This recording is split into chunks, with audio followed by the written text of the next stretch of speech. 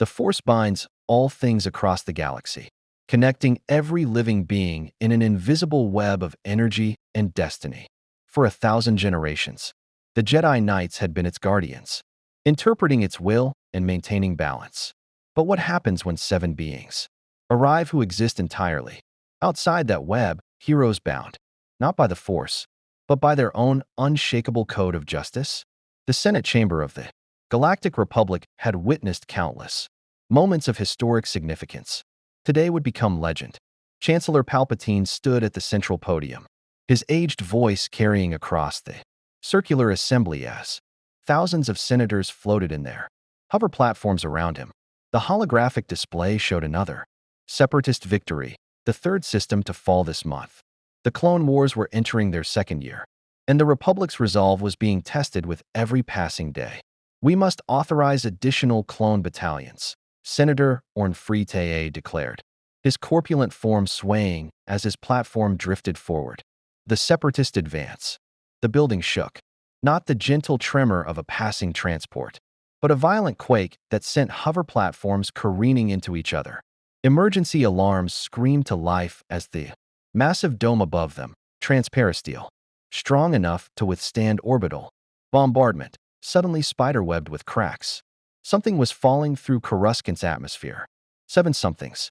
The Senate's defensive shields flared blue-white as they attempted to repel the incoming objects, but the energy cascaded uselessly around them.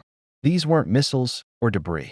They were moving with purpose, adjusting trajectory even as they plummeted through the planet-wide city's traffic lanes. Speeders scattered in panic. A Republic gunship fired warning shots that splashed harmlessly against an invisible barrier. Then they hit. The impact crater in Senate Plaza measured 40 meters across. Dust and shattered permacrete filled the air as Republic security forces converged, weapons raised. Chancellor Palpatine remained perfectly calm at his podium. Yellow eyes, no, blue eyes. It must have been a trick of the emergency lighting, watching the settling debris with keen interest. 7 figures emerged from the smoke. The first was a man in blue and red, a cape billowing behind him despite the absence of wind. His chest bore a symbol no one in the galaxy recognized, an S within a diamond. His eyes glowed faintly red as he scanned the surrounding buildings, taking in the impossible verticality of Coruscant's architecture with barely concealed awe. Beside him, a woman in armor that seemed equal parts ancient and timeless stepped forward, her hand resting on a sword at her hip. Her bearing spoke of warriors and royalty in equal measure. Dark hair framed a face that held both compassion and the capacity for terrible violence. A man in a bat-like cowl moved with predatory grace, his cape darker than the shadows between buildings. His white eyes, lenses, some kind of tactical display, swept the scene with methodical precision, cataloging threats, exits, and variables with the efficiency of a tactical droid. Green light flared as another figure rose into the air, surrounded by an emerald aura. His uniform was green and black, with a symbol on his chest that looked like a lantern. The ring on his finger pulsed with power that felt wrong to every force sensitive within a kilometer. Energy, yes, but not the Force. Something else entirely. Lightning crackled around a figure in red. His movements so fast he seemed to exist in multiple places simultaneously. He vibrated with barely restrained energy, looking around at the assembled clone troopers with a mixture of confusion and concern. The 6th figure was barely visible beneath the water's surface in the plaza's ornamental fountain until he rose, water cascading off golden-scaled armor and a trident that gleamed with its own inner light. His eyes held the depths of oceans this city-planet had long ago paved over. The last figure was half man, half machine, blue light emanating from cybernetic components that covered most of his body. His mechanical eye swept across the plaza, and every electronic device within range flickered as something, not the Force, not any known technology, briefly touched their systems. Stand down, Commander Fox of the Coruscant Guard ordered, his DC-15 blaster rifle aimed at the man in blue and red. Identify yourselves. The man in the bat cowl raised his hand slowly, a gesture of peace. When he spoke, his voice was gravelly, commanding, impossible to ignore. We're not your enemies. We don't know where we are or how we got here. We mean no harm. That's not entirely accurate, the half-machine man said, his human eye flickering with internal displays. We're in the Coruscant system. Galactic coordinates don't match anything in Earth's databases. And we got here through what my mother box is describing as a dimensional rift combined with a speed force anomaly. As for the no harm part, he glanced at the crater they'd created. We'll pay for damages? The man in blue and red floated upward, hands still raised. Please, we're heroes from another universe. We call ourselves the Justice League. I'm Superman. We're looking for a way home, and we don't want any trouble. In the Senate chamber, Palpatine's smile was grandfatherly and warm. But in the shadows of his mind, Darth Sidious was already recalculating. These beings, powerful, without connection to the Force, impossible to predict, had just become the single greatest threat to his decade-long plan. Or perhaps, whispered the Sith Lord's cunning, the greatest opportunity. On the other side of the galaxy, Count Dooku felt a disturbance ripple through the Force. Not a vision of the future, but the present suddenly becoming uncertain. Plastic, full of new variables. His master would have felt it too. The game had changed. In the plaza, the man called. Batman studied the clone troopers, identical faces, identical armor, identical movements. Slave soldiers, his mind cataloged immediately. But whose slaves? The woman beside him, Wonder Woman. Her lasso of truth coiled at her hip. Watched the floating Senate platforms with an ambassador's eye, recognizing political theater when she saw it. The Flash vibrated nervously, his connection to the Speed Force still weak and unstable. Guys, I'm getting really weird readings. From everything. It's like the universe itself is alive here. Anyone else feeling that? The mother box is detecting what it calls midi-chlorians. Cyborg reported, his systems interfacing with the local holonet even as Republic slicers tried and failed to lock him out. Microscopic organisms in all living things here. They're connected to something called the Force. I think this might be that Star Wars Galaxy Hell's alien friends mentioned once. Green Lantern's ring flared brighter. The Guardians of OA documented a distant galaxy once, beyond any known space. They said it was bound by something older than willpower, older than emotion. They called it the living force. He looked around at the impossible city planet. I think we just found it. Aquaman hefted his trident. Water from the fountain swirling around him instinctively. Then we're further from home than we've ever been. Superman's enhanced hearing picked up the whine of charging weapons. The whispered orders in dozens of languages. The rapid heartbeats of frightened civilians. And underneath it all, a sound he'd never heard before, the faint hum of something vast and interconnected, like the universe itself was breathing. Stand ready, Batman commanded quietly, for his team's ears only. Something about this feels orchestrated. We walked into someone's plan. High above, in the Jedi Temple, Master Yoda opened his eyes from meditation. Felt them, have you? Master Windu asked, his hand unconsciously moving toward his lightsaber. Outside the Force, they are, Yoda said quietly, his ancient voice troubled, yet powerful beyond measure. A convergence, this is. Changed, the future has. See its shape, I cannot. In the Senate Plaza, Chancellor Palpatine's amplified voice rang out across the city. Stand down, Commander Fox. Can we not extend the hand of galactic friendship to travelers in need? His smile was warm, his words honeyed. Welcome, Justice League, to the Galactic Republic. I am Chancellor Palpatine, and I believe we have much to discuss. Batman's eyes narrowed behind his cowl. Something about that smile made every one of his instincts scream danger. The Clone Wars had just become infinitely more complicated. If you want to see more characters enter the Star Wars galaxy, hit that subscribe button and drop the name of a character you'd want to see in the comments below. May the Force be with you. The Jedi Temple's Council Chamber had witnessed countless debates over its 1,000-year history, but never had 12 of the Order's wisest masters looked upon beings so fundamentally alien to everything they understood. The 7 members of the Justice League stood in the chamber's center, surrounded by the curved seats of the council, while afternoon light streamed through the tall windows overlooking Coruscant's endless sprawl. Master Yoda studied them with eyes that had seen 9 centuries of galactic history. His presence in the Force was like a still pond, reflective, and deep. But when he reached out to touch these strangers, he found nothing. Not darkness, not light. Simply absence. As if they existed in a pocket of reality the Force could not penetrate. Disturbing. This is, Yoda murmured, his ears drooping slightly. Mace Windu leaned forward, his dark eyes intense. You claim to be from another universe entirely. Another reality beyond the known. Galaxy. His tone carried skepticism born of experience. The Jedi had encountered many strange phenomena in their travels. But dimensional travelers? And you arrived here by accident. That's correct, Superman said, his voice respectful but firm. He'd dealt with enough. Authority figures, from governments to cosmic entities, to know when to stand his ground. We were responding to a crisis in our world when something went wrong. A combination of boom tube technology and speed force instability created a rift. We were pulled through before we could stabilize. Cyborg's mechanical eye flickered with cascading data. I've been analyzing the local space-time topology since we arrived. The dimensional membrane here is different. Thicker. Whatever the force is, it's reinforcing reality itself. Getting home won't be easy. The Force. Ki-Adi-Mundi's tall head tilted thoughtfully.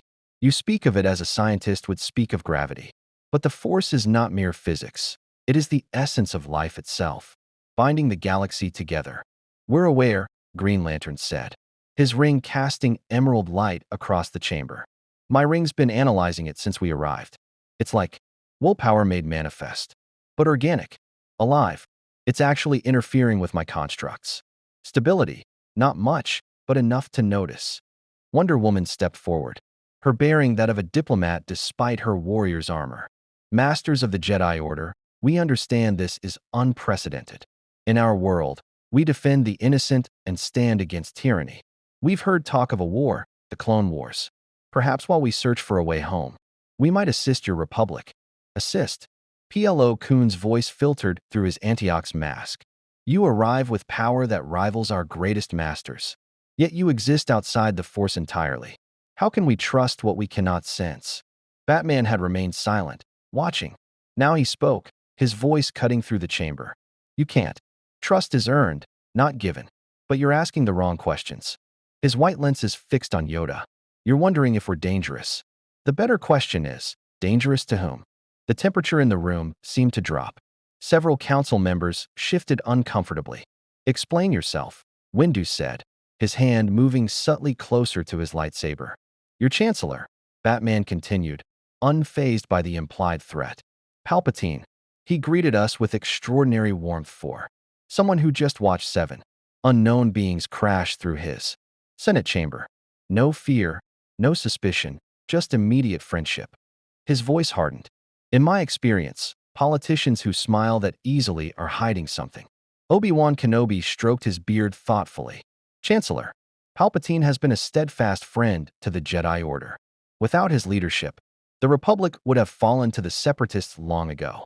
Has it occurred to you, Batman pressed, that a war this perfectly balanced, where neither side can gain decisive advantage, might be orchestrated? That someone benefits from the conflict continuing? The council chamber erupted in murmurs. Shakti raised a hand for silence. These are dangerous accusations to make without evidence, stranger. He's not wrong to question. Aquaman rumbled, his deep voice carrying the weight of kingship. I've ruled Atlantis for years. When a war drags on with no resolution, look to who profits from the chaos. The Flash, who'd been vibrating slightly with nervous energy, suddenly went still. Wait. Back up. Clone Wars? You said Clone Wars. He looked at Cyborg. Victor, didn't you say you accessed something called the HoloNet? Complete historical database, Cyborg confirmed. Why? Show me the clone troopers' origin. Show me who they were made from. Cyborg's eye flickered, projecting a hologram into the center of the chamber. The image showed a battle-scarred man with hard eyes and Mandalorian armor. Jango Fett, bounty hunter, template for the entire Grand Army of the Republic. A bounty hunter, Batman repeated slowly. Your entire army is based on a mercenary's genetic code. Who hired him? Who ordered the army's creation? The Jedi Council members exchanged uncomfortable glances. Finally, Yoda spoke. Commissioned 10 years ago, the clone army was. By Master Sifo-Dyas, we believed. But dead he was, before the order was placed. A mystery, it remains. That's not a mystery, Batman said flatly. That's a conspiracy. Someone deleted Sifo-Dyas from your records, used his name to create an army, and then conveniently had that army arrive exactly when you needed it most. He paused, letting that sink in. You're fighting with weapons someone else put in your hands. Superman placed a hand on Batman's shoulder, a gentle gesture, but one that made the Dark Knight pause. We're not here to lecture you. We're strangers to your galaxy. But in our world, we've faced enemies who manipulate from the shadows. We know the signs. Wonder Woman's eyes held ancient wisdom. The Amazons have a saying, beware the gift that arrives in your moment of greatest need. Sometimes the rescue is the trap. Mace Windu rose from his seat, his purple lightsaber hilt prominent on his belt. The Jedi Order appreciates your perspective, but we have investigated the war's origins thoroughly. Count Dooku leads the Separatists. He was once a Jedi himself. We know our enemy. Do you? Green Lantern asked quietly. Because in my experience as an intergalactic peacekeeper, wars don't just happen. Someone always lights the match. Before anyone could respond, the chamber doors burst open. A young Padawan, breathless and wild-eyed, stumbled in. Masters, Separatist fleet just emerged from hyperspace. They're attacking the shipyards at Fonder. It's a full-scale assault. The council was on its feet instantly. Yoda's ears perked up. How many ships? 200 confirmed, Master. Providence-class destroyers, Munificent-class frigates, and something else. A new dreadnought class we've never seen before. The Fonder defense fleet is being torn apart. Obi-Wan was already moving toward the door. We must mobilize immediately. Anakin is in that sector with the 501st. We'll help, Superman said simply. The Jedi Masters turned as one. Windu's expression was hard. You understand nothing of our war, our tactics, We understand people are dying, Wonder Woman interrupted, her voice carrying the authority of a princess of Themyscira. That's enough. The Flash grinned despite the tension. Besides, first rule of being lost in a strange place. Make yourself useful. We're really good at stopping bad guys from hurting people. Like, really good. Aquaman hefted his trident. Show us to your ships. We'll prove our worth in battle. Yoda studied them for a long moment, then nodded slowly. Trust you. Not yet do we. But refuse help. We cannot. To Fonder, you will go. But with Jedi escort. His eyes gleamed. Watch them we will. And they will watch us. Batman caught Superman's eye. The Kryptonian nodded slightly. They both understood. This wasn't trust. This was a test. And somewhere in the Senate building, Chancellor Palpatine watched through security feeds as the Justice League departed with the Jedi. His expression was thoughtful, calculating. Lord Sidious reached out through the Force, touching the mind of his apprentice on Sereno. We have unexpected variables, my apprentice. 7 beings of significant power, immune to the Force. They must be evaluated. Send Grievous to Fonder. Let us see what these heroes can truly do. Count Dooku bowed to the hologram of his master. As you wish, my lord. And if they prove troublesome, Palpatine's smile was cold. Then we will deal with them as we deal with all threats. To the grand plan. We will turn them into weapons, or we will destroy them. The hologram flickered out. In the Jedi Temple hangar, 7 heroes boarded a Republic assault ship alongside Obi-Wan Kenobi, Anakin Skywalker, and Ahsoka Tano. The Venator-class Star Destroyer, Resolute, waited in orbit to carry them to war. None of them, not Jedi, not Justice League, realized they were already pieces on a Sith Lord's Dejuric board. The game had begun. The Resolute dropped out of hyperspace into chaos. The Fonder shipyards, one of the Republic's most critical military production facilities, were burning. Dozens of half-constructed Venator-class Star Destroyers hung in their construction frames like wounded beasts, their hulls torn open by concentrated turbolaser fire. Separatist vessels swarmed through the debris field like metallic predators, their droid crews executing attack patterns with mechanical precision. Superman stood on the bridge beside Anakin Skywalker, watching through the viewport as a Munificent-class frigate tore through a Consular-class cruiser's shields. The smaller Republic ship exploded in a ball of white-hot plasma, and he could hear, even through the void of space, his enhanced hearing picking up the vibrations through the ship's hull. The screams cut short. How many crew on that ship? He asked quietly. Anakin's jaw clenched. 43, plus 12 clone troopers. The young Jedi Knight's hand tightened on his lightsaber hilt. Every day, we lose good people. Every day, the Separatists push further. On the tactical display, Admiral Yularen's weathered face showed the grim mathematics of battle. General Skywalker, we're outnumbered 3-1. The Endurance and Negotiator are en route, but they're still 20 minutes out. Recommend we hold position and… No. Anakin's voice was firm. Those shipyards produce 1/3 of our Venator-class vessels. If we lose Fonder, we lose any chance of matching. Separatist naval production. He turned to the Justice League, who stood clustered near the bridge's rear observation deck. You said you wanted to help. Now's your chance. Batman stepped forward, his cape sweeping behind him. Tactical assessment. What are we facing? Ahsoka Tano, Anakin's Padawan, pulled up the holographic display. The young Togruta's montrals twitched with barely suppressed energy. 200 Separatist vessels. Mix of Providence class, Munificent class, and Recusant class destroyers. Plus that, she pointed to a massive shape emerging from behind. Fonder's largest moon, a dreadnought easily twice the size of a Venator, bristling with weapons. We've never seen that configuration before. Cyborg's eye interfaced with the Resolute's computers, much to the alarm of the Republic slicers trying to keep him out. I'm reading massive power signatures from that dreadnought. Ion cannons, turbolasers, and something else. Some kind of gravity well projector? It's generating an interdiction field. Nothing. Can jump to hyperspace. Within 50,000 kilometers. We're trapped, Obi-Wan observed, stroking his beard. How very like Dooku. He's turned this into an execution, not a battle. Wonder Woman studied the display with a warrior's eye. Then we changed the nature of the engagement. Superman, can you survive in space? For a while, Superman confirmed. No air, but I can hold my breath for about 2 hours. Temperature and pressure aren't an issue. Green Lantern's ring flared. I can operate in vacuum indefinitely. Ring provides life support. The Flash vibrated anxiously. I'm great in atmosphere, but space? Not really my element. Aquaman and I are atmosphere dependent. Wonder Woman continued, her tactical mind working. Cyborg, I can handle vacuum for short periods. Mother Box provides environmental shielding. He paused, data flowing across his optical display. I'm also detecting something weird about that dreadnought's communications. It's using some kind of quantum encrypted signal I've never seen before. But I think I can crack it. Batman moved to the tactical display, his fingers dancing across the controls with a speed that surprised the Republic officers. Here's what we do. Superman and Green Lantern engage in ship-to-ship combat, draw fire, cause chaos, make them think we're the main threat.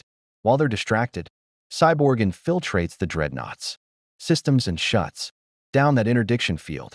Once hyperspace is available, the Republic fleet can call for reinforcements. And the rest of us? Aquaman asked. Boarding action, Batman said simply. We take a gunship, breach the dreadnought's hangar, and destroy its command structure from the inside. Fast, brutal, decisive. Anakin's grin was fierce. I like the way you think. That's exactly the kind of crazy plan I'd come up with. Which is precisely why it concerns me. Obi-Wan sighed. But there was approval in his eyes. Very well. Ahsoka, you'll accompany the boarding team. Rex, prepare your best men. A clone commander stepped forward, his armor decorated with blue markings. CT 7567. Captain Rex. His voice was identical to every other clone's, but carried an individuality born of experience. Sir, with respect, are we sure about bringing them? He gestured at the Justice League. We don't know what they can do in a real fight. The Flash blurred across the bridge, appearing behind Rex, then in front of him, then back in his original position, all in less than a heartbeat. We've saved our world more times than I can count, which is saying something, because I can count really, really fast. Rex's hand had instinctively moved to his blaster, but Superman raised a calming hand. Captain, I understand your concern. You don't know us, and we don't know you. But we've fought beside soldiers before. We won't let you down. Something in Superman's tone, the absolute certainty, the quiet strength, made Rex nod slowly. Just don't make me regret this, sir. All right, Anakin said, his excitement barely contained. Superman, Green Lantern, You launch immediately. The rest of us will take an LAT gunship once you've drawn their attention. May the Force be with us. And may justice prevail, Wonder Woman added, drawing her sword. The blade gleamed with an inner light that had nothing to do with the bridge's illumination. Moments later, the Resolute's main hangar bay doors opened. Superman hovered at the threshold, the void of space yawning before him. Beside him, Green Lantern floated within a protective bubble of emerald energy, his ring glowing like a star. First time fighting in space. Hal asked, a cocky grin on his face. There's a first time for everything, Superman replied. Then he shot forward, cape streaming behind him impossibly despite the vacuum, accelerating to speeds that made the clone pilots watching gasp in disbelief. Green Lantern followed, his ring already forming a massive energy cannon. Show off. They plunged into the battle. Superman hit the first Munificent-class frigate like a missile. The ship's shields flared and collapsed, as 7 million pounds of Kryptonian muscle traveling at Mach 50 punched through them. He tore through the hull, into the ship's reactor core, and ripped out the primary power coupling with his bare hands. The ship went dark, drifting dead in space. 15 seconds. One ship down. Green Lantern's constructs filled the void, giant emerald hammers, battering rams, and chainsaw blades that tore through separatist vessels with impossible precision. His will, iron strong and absolutely focused, carved a path of destruction through the droid fleet. A Recusant-class destroyer tried to target him with its heavy turbo lasers, but he simply created a mirror construct that reflected the beams back at the ship, shearing off its command tower. The Separatist fleet reacted with mechanical efficiency, redirecting fire toward these two impossible threats. Hundreds of turbo laser bolts converged on Superman's position. He tanked them, the energy washing over his Kryptonian physiology like water. When he emerged from the barrage, his eyes glowed red. Heat vision lanced out, superheated beams that melted through Durasteel armor like butter. Another ship's bridge exploded. Another reactor detonated. On the Dreadnought's bridge, General Grievous watched through his optical sensors, his mechanical lungs wheezing with what might have been excitement. The cyborg general's 4 arms flexed, each hand reaching for a lightsaber. Excellent. True warriors at last. His vocabulator crackled. All ships, concentrate fire on the flying targets. Vulture droids, deploy. Hundreds of droid starfighters poured from the Separatist carriers, swarming towards Superman and Green Lantern like insects. In the Resolute's hangar, Batman watched the tactical display. Now, launch the gunship. The LAT/I roared out of the hangar, its twin mass driver cannons blazing as it wove through the debris field. Anakin piloted with reckless skill, his connection to the Force guiding his hands faster than conscious thought. Beside him, Obi-Wan meditated, his presence in the Force extending outward, gently nudging incoming fire just off target. In the troop bay, Wonder Woman stood beside Captain Rex and his squad. The clones checked their DC-15 blasters with practiced efficiency, their identical faces showing different expressions: anxiety, determination, curiosity about the strangers among them. Ahsoka ignited her lightsaber, the green blade humming to life. So you guys do this a lot. The whole flying into overwhelming enemy forces thing. Batman checked the charges on his gauntlets. Every Tuesday. The Flash laughed nervously. He's joking. It's more like every other day. Aquaman hefted his trident, his expression grim. This isn't the ocean. I'll be less effective here.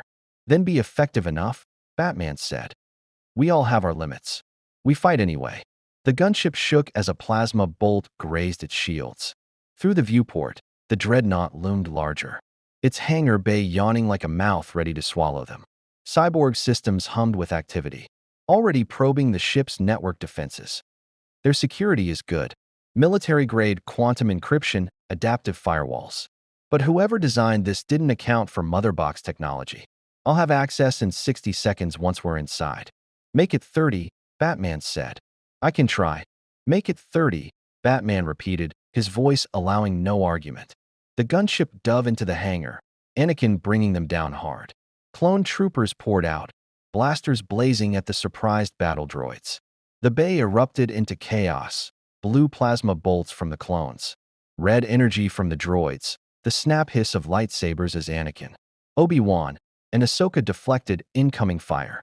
And then the Justice League entered the fight. Wonder Woman moved like fury incarnate, her sword cleaving through battle droids as if they were made of parchment. Her shield deflected blaster bolts. Her combat skills honed over 3,000 years, making her untouchable. A super battle droid raised its wrist rocket toward the clone troopers. Her lasso of truth wrapped around it, yanked it off balance, and she drove her blade through its central processor. The flash became a red tornado, vibrating through solid matter, disassembling droids from the inside faster than they could track. Sorry, excuse me, pardon me," he called out cheerfully as he reduced an entire platoon to scrap metal in seconds. Aquaman's trident sang through the air, its enchanted metal punching through droid armor with ease. He might be away from the ocean, but he was still the king of Atlantis, and his strength was enough to hurl a droideka across the hangar like a discus. Batman moved through the shadows, batarangs disabling droid optical sensors, explosive gel charges placed with surgical precision. He didn't have Superman's strength or Flash's speed, but he had something equally valuable: absolute tactical awareness.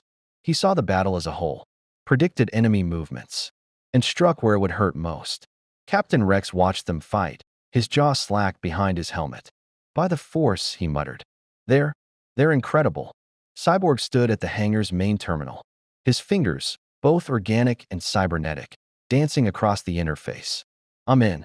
Their network architecture is weird. It's organic, almost. Not AI, but not quite biological either." His human eye widened. "Oh no." "What?" Batman demanded, snapping a droideka's shield generator with a precisely thrown explosive batarang. "This ship isn't being controlled by droids," Cyborg said, his voice tight with realization. "There's a biological intelligence at its core. Something alive. And it just noticed me." The lights in the hangar flickered, then went red. A new voice echoed through the comm systems, mechanical, wheezing, filled with malicious amusement. "Welcome aboard, Justice League. I am General Grievous, and you have just made a terrible mistake." The hangar's blast doors slammed shut behind them. They were trapped. The hangar's emergency bulkheads descended with hydraulic finality, sealing every exit. Red alert klaxons wailed as reinforcement hatches opened in the walls, disgorging waves of battle droids, B-1S, B-2 super battle droids, and the rolling mechanical spheres of destroyer droids that unfolded into shielded gun platforms. Captain Rex's squad formed a defensive perimeter around the gunship, their training overriding their fear. "Cyborg, tell me you can override those doors," Batman growled, his hand moving to his utility belt. "Working on it, but there's active resistance. Whatever's controlling this ship has serious processing power." Cyborg's cybernetic eye flickered with cascading data streams. "It's not just blocking me. It's learning my attack patterns. Adapting." Above them, the hangar's upper gantry shook with heavy footsteps. General Grievous emerged from the shadows, like a nightmare made manifest, a towering cyborg with 4 arms, each hand gripping a lightsaber. His cape billowed dramatically as he leaped down, landing with enough force to crack the Durasteel deck plating.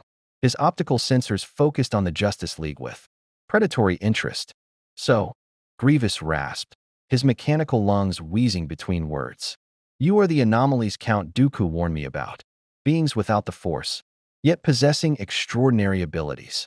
2 of his lightsabers ignited, one blue, one green. "These belong to Jedi I have killed. Their weapons will taste your blood as well." Anakin Skywalker stepped forward, his own lightsaber blazing to life. "You're going to have to go through me first, Grievous." The cyborg general's vocabulary crackled with what might have been laughter. "Skywalker, how predictable. Your master speaks of you often, the chosen one, destined to bring balance to the Force." His remaining 2 arms ignited their lightsabers, one yellow, one purple. But what is the chosen one against 4 blades, wielded by a warrior who has slain hundreds of Jedi? Obi-Wan moved beside his former Padawan, his defensive stance perfect. "We've fought you before, Grievous. You always run, because the calculus of victory demanded it. But today," Grievous' optical sensors swept across the Justice League. "Today, Lord Sidious wants to know what you can do." Wonder Woman's eyes narrowed. "Sidious? We've heard no mention of this name." "Of course not," Grievous said, beginning to circle them like a predator. The Sith are shadows within shadows, puppet masters pulling strings you cannot see. And you, Justice League, are new strings that must be tested. Batman's mind raced. Sidious, Sith, puppet masters. Another player in the conspiracy, hidden even deeper than Dooku. He filed the information away, adding another piece to the puzzle. The Flash vibrated into motion, a red blur streaking toward Grievous. Let's see how fast you really. For lightsabers spun in a lethal arc, creating a buzzing shield of plasma that no human could penetrate. The Flash pulled up short, the heat from the blades singeing his uniform. Okay, that's new. That's very new. Grievous' mechanical body suddenly split, his torso spinning like a buzzsaw of death as he charged forward. Ahsoka barely rolled aside, her Padawan instincts screaming danger. A clone trooper wasn't as lucky. Grievous' spinning blades sheared through his armor, and he fell without a sound. Rex, get your men back. Obi-Wan shouted, deflecting a barrage of blaster fire from the surrounding droids. This is beyond your capabilities. Wonder Woman launched herself at Grievous, her sword meeting his lightsabers in a shower of sparks. The impact sent shockwaves through the hangar. Her blade, forged by Hephaestus himself, blessed by the gods of Olympus, held against the plasma, though the heat made her hands burn even through her bracers. Impressive, Grievous hissed, his four arms working in perfect coordination, each lightsaber seeking a killing blow. But precision alone is insufficient against superior numbers. Two of his blades locked Wonder Woman's sword high. The other two thrust low, aimed at her midsection. Aquaman's trident intercepted the strikes, the enchanted Atlantean metal deflecting the energy blades. She's not alone, machine. The King of Atlantis drove forward with surface world strength amplified by Atlantean physiology, forcing Grievous back 3 steps. His trident's prongs glowed with mystical energy, and when they struck Grievous' chest plate, they left molten gouges in the duranium armor. Grievous' vocabulator snarled. More toys. More weaklings hiding behind ancient weapons, says the corpse in a machine. Aquaman shot back, spinning his trident in a devastating arc, while the warriors engaged Grievous. Batman melted into the shadows of the hangar, his cape making him nearly invisible against the darkened bulkheads. He moved with purpose toward a secondary control terminal, his gauntlet computer already interfacing with the ship's systems. Cyborg was handling the frontal assault on the network. Batman would attack from an unexpected angle. The Flash darted through the chaos, too fast for the battle droids to track. He disarmed them literally, vibrating his molecules through their chassis and pulling out key components. A destroyer droid's shield generator, a super battle droid's targeting processor. Within seconds, a dozen droids were reduced to scrap. Hey, Cyborg, Flash called out, dodging a barrage of blaster fire. I'm thinking we're not so different, you and these droids. Any chance you can talk to them? Make friends. Their cognitive matrices are too basic, Cyborg replied, his hands dancing over the terminal. But the ship's central intelligence, that's sophisticated, almost biological. It's like a brain interfaced with machinery. But the thought patterns are, he froze. Oh no. Oh no is never good, Flash said. What's oh no? The ship's intelligence. It's not artificial. It's organic. There's a living brain wired into the core systems, controlling everything. And it's in agony. Anakin's attention snapped to Cyborg even as he deflected Grievous' strikes. What? Some kind of biological processor. Sentient. Conscious. And it's been modified. Enslaved to operate the ship's functions. Cyborg's voice was horrified. This is torture. Continuous, unending torture. Obi-Wan's expression darkened. The Separatists have always pushed ethical boundaries, but this is Sith alchemy, a new voice interrupted. Count Dooku stepped from a transport lift, his curved lightsaber hilt in his hand, but not yet ignited. The elegant ex-Jedi surveyed the scene with aristocratic disdain. The techniques of the ancient Sith lords applied to modern warfare. Effective, if distasteful. Grievous immediately withdrew from his assault, taking a position beside his master. Lord Tyrannus. These warriors are formidable. Indeed. Dooku's gaze fixed on Superman, who had just re-entered the hangar through a breached section of hull, his cape singed from turbolaser fire. But formidability is not the same as understanding. He finally ignited his lightsaber, the crimson blade casting shadows across his bearded face. Tell me, Justice League, do you even comprehend the war you've inserted yourselves into? The forces at play. Superman floated down, his presence commanding even in the confined space. We understand enough. The Separatists want to break away from the Republic. The Republic wants to maintain unity. And somewhere in the middle, people are dying. How delightfully reductive, Dooku smiled coldly. The Republic is corrupt beyond redemption. The Senate is a den of bureaucrats who serve themselves while systems starve. The Jedi have become the Republic's enforcers. Their vaunted peacekeeping reduced to military command. We fight for freedom from a system that has failed the galaxy. By unleashing droid armies. Wonder Woman challenged. By enslaving living beings to power your weapons? What freedom is this? The freedom to forge a new order, Dooku replied. Sometimes, the old must be burned away before the new can grow. Surely you understand this. You come from a universe of heroes and villains, of clear lines between good and evil.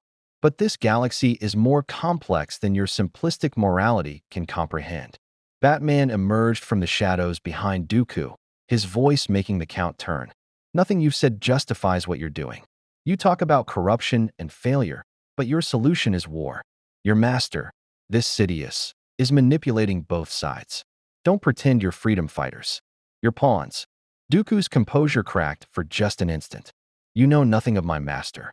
I know he's using you, Batman said flatly. I know he's playing the Republic and Separatists against each other. I know he wants this war to continue, not end. And I know you're smart enough to see it, which means you're complicit. The temperature in the hangar seemed to drop. Dooku's eyes flashed with something dark and ancient. You dare. Lightning erupted from his fingertips. Superman moved faster than thought, interposing himself between Batman and the Sith. Lord, the Force lightning struck his chest. And for the first time since arriving in this galaxy, the Man of Steel felt pain. Real pain. The energy didn't just burn, it violated. Corrupting, seeking darkness within him to amplify. He gritted his teeth, his invulnerability protecting him, but not completely. That hurts. Dooku's eyes widened. Fascinating. You resist the dark side's corruption, yet you feel its power. You are strong, Kryptonian. But strength alone is insufficient against the Force. Green Lantern burst through the damaged hull, his ring glowing brilliantly. Superman. I've got bogies, vulture droids, hundreds of them. They're regrouping for another attack run on the fleet. Outside the ship, through the breached hull, the space battle raged on. The Resolute and its accompanying vessels were being slowly overwhelmed. Another Republic cruiser exploded, its reactor breach lighting up the void. Cyborg's voice cut through the chaos. I've got partial access to the interdiction system. I can shut it down, but I need 90 seconds without interruption. You will have no such time, Grievous rasped, his lightsabers igniting once more. Kill them all. The battle droids surged forward. Grievous charged at Wonder Woman and Aquaman. Dooku advanced on Anakin and Obi-Wan. His elegant saber worked the product of decades of Jedi training twisted by Sith philosophy. And in the midst of it all, Batman made a decision. Flash, get Cyborg to the core. Protect him while he works. On it, the Scarlet Speedster grabbed Cyborg, and they vanished in a blur of red lightning, racing deeper into the ship. Batman turned to Superman. The fleet can't hold. We need to end this now. Superman's jaw set. What do you need? Grievous mentioned a master. Sidious. Dooku called him my master. 2. Batman's white lenses focused on the Sith Lord, who was driving Anakin back with brutal efficiency. 2 Sith apprentices means 1 Sith master. And if he's manipulating both sides, he's probably in the Republic itself. Superman finished, horror dawning. Someone with access. Someone trusted. Someone like a chancellor, Batman agreed. But we need proof. And we need to survive this first. Wonder Woman's lasso of truth snapped out, wrapping around one of Grievous' arms. The golden rope flared with divine light. And the cyborg general shrieked, not in pain, but in shock as truth was forced upon him. You serve a lie, Wonder Woman declared, her voice carrying the weight of Themyscira. Your war is false. Your cause is a deception. Grievous tore free, his mechanical strength overwhelming even the lasso's magic. I serve victory. I serve the destruction of the Jedi Order. Nothing else matters. But doubt flickered in his optical sensors. The lasso had touched him, and truth, once known, cannot be fully forgotten. Dooku sensed his general's momentary hesitation. Grievous, withdraw. We have learned what we needed. Master. Now. Reluctantly, Grievous disengaged, his forearms still spinning lightsabers defensively as he backed toward an escape pod. Dooku deflected a final strike from Anakin, then gestured with his free hand. The Force gripped debris from the destroyed droids and hurled it at the Jedi, like a storm of shrapnel. By the time Obi-Wan cleared the obstacles, both Separatist leaders were gone. Deep in the ship's core, Cyborg stood before a nightmarish sight, a massive tank filled with amber fluid, and suspended within it, a brain. A living, sentient brain, wired with thousands of cables that pulsed with data. Its surface was scarred, modified, trapped in a prison of its own neural tissue, forced to serve machines. I'm so sorry, Cyborg whispered, his human eye wet with tears. No one should endure this. His mother box reached out, not to hack the system, but to speak to the suffering intelligence within. Peace. The mother box communicated in a language beyond words. Rest.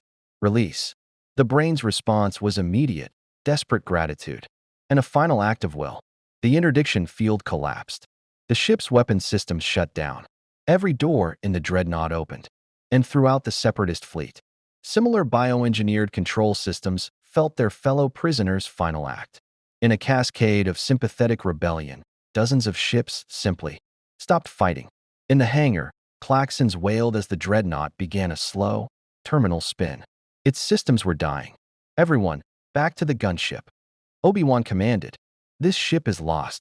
They ran, clone troopers and heroes alike, piling into the LAT as explosions blossomed throughout the dying vessel. Anakin pushed the engines beyond their limits, shooting out of the disintegrating dreadnought just as its reactor went critical. The explosion lit up the Fonder system like a newborn star.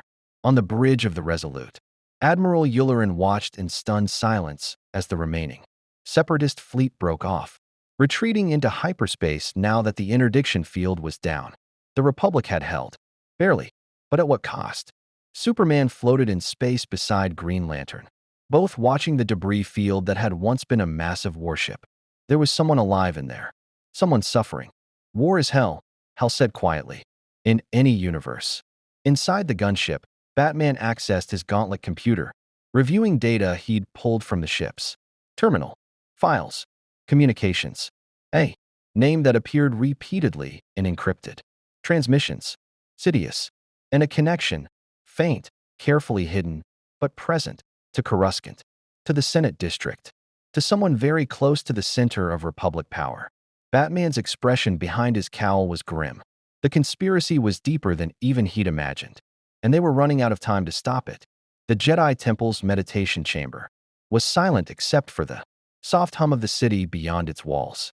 Batman sat cross-legged in the center, surrounded by holographic displays projected from his gauntlet.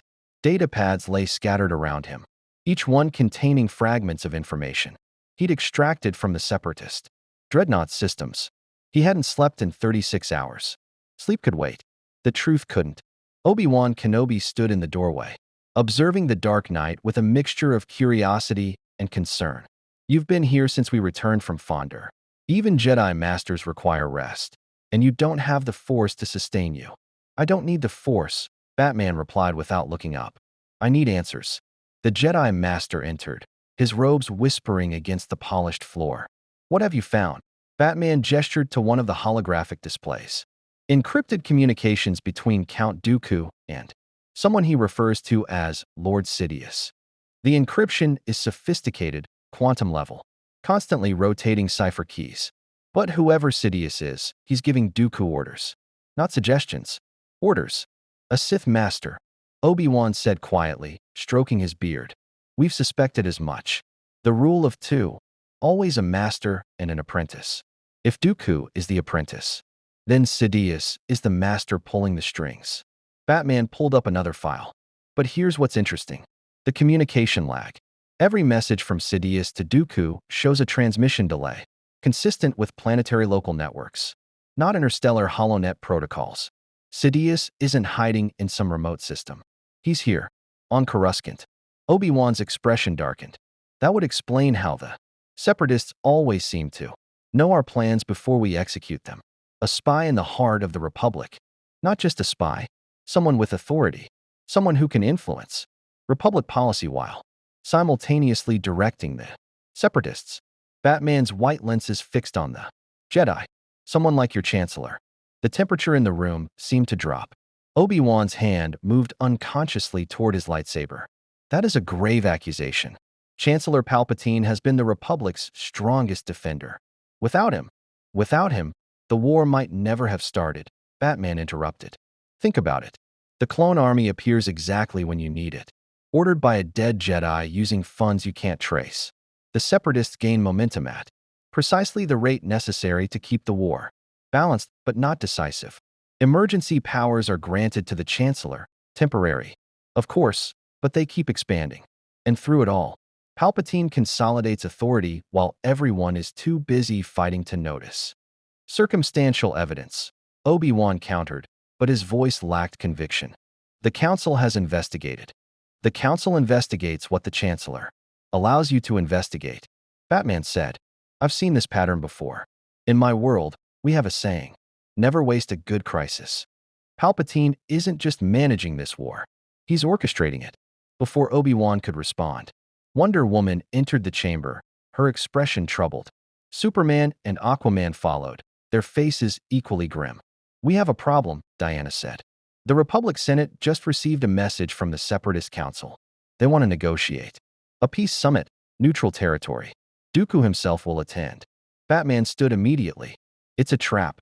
That's what the Jedi Council thinks too, Superman agreed. But the Senate is voting on whether to send delegates. Palpatine is pushing hard for acceptance, says it's a chance to end the war without more bloodshed. Of course he is, Batman growled. Because either the negotiations fail and the war continues, or they succeed and he finds another way to maintain the crisis. He can't lose. Aquaman crossed his arms. Then we go to the summit. If it's a trap, we spring it. If there's a genuine chance for peace, we ensure it happens. The Jedi are sending Anakin, Obi-Wan, and Master Windu. Wonder Woman continued. They want us there too. Our presence might discourage Separatist treachery. Batman's jaw clenched behind his cowl. Every instinct screamed that this was exactly what Sidious wanted. Key players gathered in one location, vulnerable, exposed. But refusing to attend would be suspicious, and they needed to maintain the Jedi's tentative trust. Where's the summit? He asked. Mandalore, Obi-Wan answered. Duchess Satine has offered her palace as neutral ground. The Mandalorians are staying out of the war. They'll ensure no weapons are brought to the negotiation. Batman's eyes narrowed. No weapons. That includes lightsabers. The Duchess is quite firm on this point. It's caused tension with the Jedi in the past. And our abilities? Superman asked. I can't exactly leave my powers at the door. Obi-Wan's lips quirked slightly. The Duchess is pragmatic. She'll allow you to attend as observers. But any violence will be met with Mandalorian intervention. And trust me, you don't want to fight Mandalorians in their own palace. 3 days later, the Justice League stood on the landing platform of Sundari, Mandalore's domed capital city. The architecture was striking, crystalline structures that caught the light, a stark contrast to Coruscant's industrial sprawl. The air tasted cleaner here, recycled but fresh. Duchess Satine cries awaited them, flanked by her royal guards in ornate blue and silver armor. She was younger than Batman expected, with sharp features and sharper eyes that assessed each of them in turn. When her gaze fell on Obi-Wan, something softened in her expression. Master Kenobi, it's been too long. Duchess, Obi-Wan replied, bowing formally. But there was warmth in his voice, history between them that the others could sense. Satine turned to the Justice League. And these are the mysterious warriors from beyond the galaxy. Word of your deeds at Fondor has spread. The Senate speaks of little else. We did what needed to be done, Superman said simply.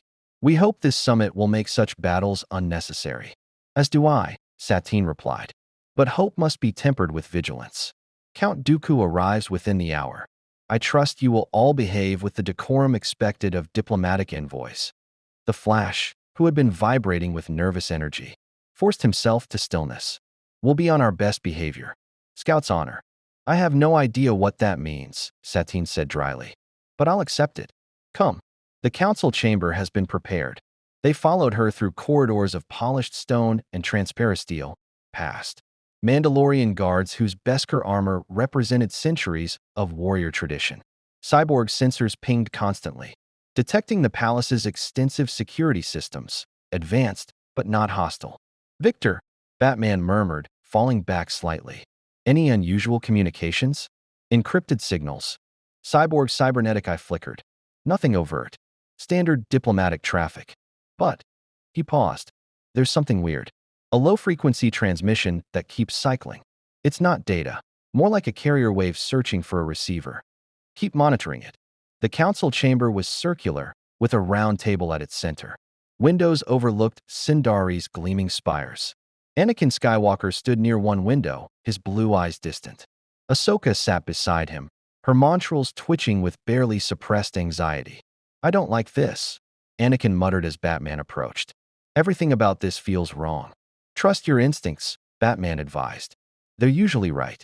Master Obi-Wan says I need to be more diplomatic, more patient. Anakin's hand moved to where his lightsaber usually hung, finding only empty air. I hate being unarmed. You're never unarmed, Batman said, tapping his own cowl. Not if you're thinking. Before Anakin could respond, trumpets sounded. The main doors opened, and Count Dooku entered, flanked by separatist delegates, representatives from the Commerce Guild, the Techno Union, and the Banking Clan. The Count wore elegant robes, his curved lightsaber hilt conspicuously absent. Behind him walked General Grievous, also unarmed, his forearms hanging at his sides. The cyborg's optical sensors swept the room, and when they landed on Wonder Woman, something like recognition flickered there. The lasso of truth had touched him, and the memory clearly lingered. Mace Windu represented the Jedi Order, his dark face stern and unreadable. When Dooku met his gaze, old pain flickered between master and former apprentice, the wound of betrayal that would never fully heal. Count Dooku, Duchess Satine began formally. You come seeking peace. The Republic is willing to listen. But understand, Mandalore will tolerate no deception. Dooku bowed gracefully. Your Grace, I seek only to end the needless suffering. The Separatist Alliance has legitimate grievances against a republic that has failed its outlying systems. We propose a ceasefire, followed by negotiations for independence of systems that wish to govern themselves. And your droid armies? Windu challenged. Will you deactivate them as a gesture of good faith? Will the Republic decommission its clone army? Dooku countered smoothly. Both sides have built instruments of war. Both sides bear responsibility for their use. The debate continued, talking points that Batman recognized as theater. Neither side was negotiating in good faith. They were posturing, playing for time or advantage. But why? Superman leaned close to Batman. This is pointless. They're saying nothing of substance. Because the real negotiation isn't happening here, Batman replied quietly. This is a distraction. The question is, from what? Cyborg's eye suddenly flared. Batman, that carrier wave just activated. It's connecting to, oh no. What? Explosives. Hidden throughout the palace. Thermal detonators wired into the foundations. Someone's turning this summit into a massacre. Batman's blood ran cold. Can you disarm them? They're using dead man switches. If I try to hack them directly, they detonate. I need the source signal, the controller. Green Lantern's ring began glowing, his willpower subconsciously responding to danger. Who would want everyone here dead? Dooku. No, Batman said with sudden certainty. If Dooku wanted us dead, he'd have sprung the trap already. This is someone who wants both sides eliminated. Someone who benefits from. The chamber doors exploded inward. Mandalorian Death Watch warriors poured through, splinter faction rebels, wearing traditional armor, wielding blasters and jetpacks. Their leader, a warrior in distinctive black and gold Beskar, raised his weapon. For Mandalore, for the true way, he fired at Duchess Satine. Wonder Woman moved like lightning, her bracers deflecting the blast. Aquaman tackled the Duchess, shielding her with his body as more Death Watch warriors opened fire. The flash became a blur, disarming attackers faster than they could react. Superman's heat vision carved through incoming fire. His invulnerability. making him an impenetrable wall between the warriors and the delegates. But in the chaos, Batman saw what others missed. Grievous wasn't fighting. The cyborg general was backing toward his service entrance. His movements deliberate, and Dooku's expression held not surprise, but grim acceptance. They knew. They knew this was coming. Batman sprinted after Grievous, his cape billowing. "Where are you going?" Grievous turned, his mechanical lungs wheezing. "Away from the explosion, human. I suggest you do the same. There are bombs. Who planted them? Not the Separatists. Grievous." Vocabulator held something. That might have been respect. "You were right. Back on my ship. We are pawns. Both sides. And the Master grows tired of our game. Sidious. His agents are everywhere. Even here." Grievous gestured to the Death Watch warriors. Mandalorian extremists, easy to manipulate. Promised a return to the old ways if they destroy those who seek peace. Batman grabbed the cyborg's arm. A risky move, but necessary. "Then help me. Tell me who Sidious is." Grievous' optical sensors met his gaze. "I don't know. My master, Dooku, takes orders from the shadows. But I have seen enough to know. Sidious wants this war. Needs it. And anyone who threatens to end it. He pulled free. Will be eliminated." The cyborg general activated his wrist comm. And suddenly a separatist shuttle crashed through the palace dome. "I am many things, human. But I am not a puppet who accepts his strings."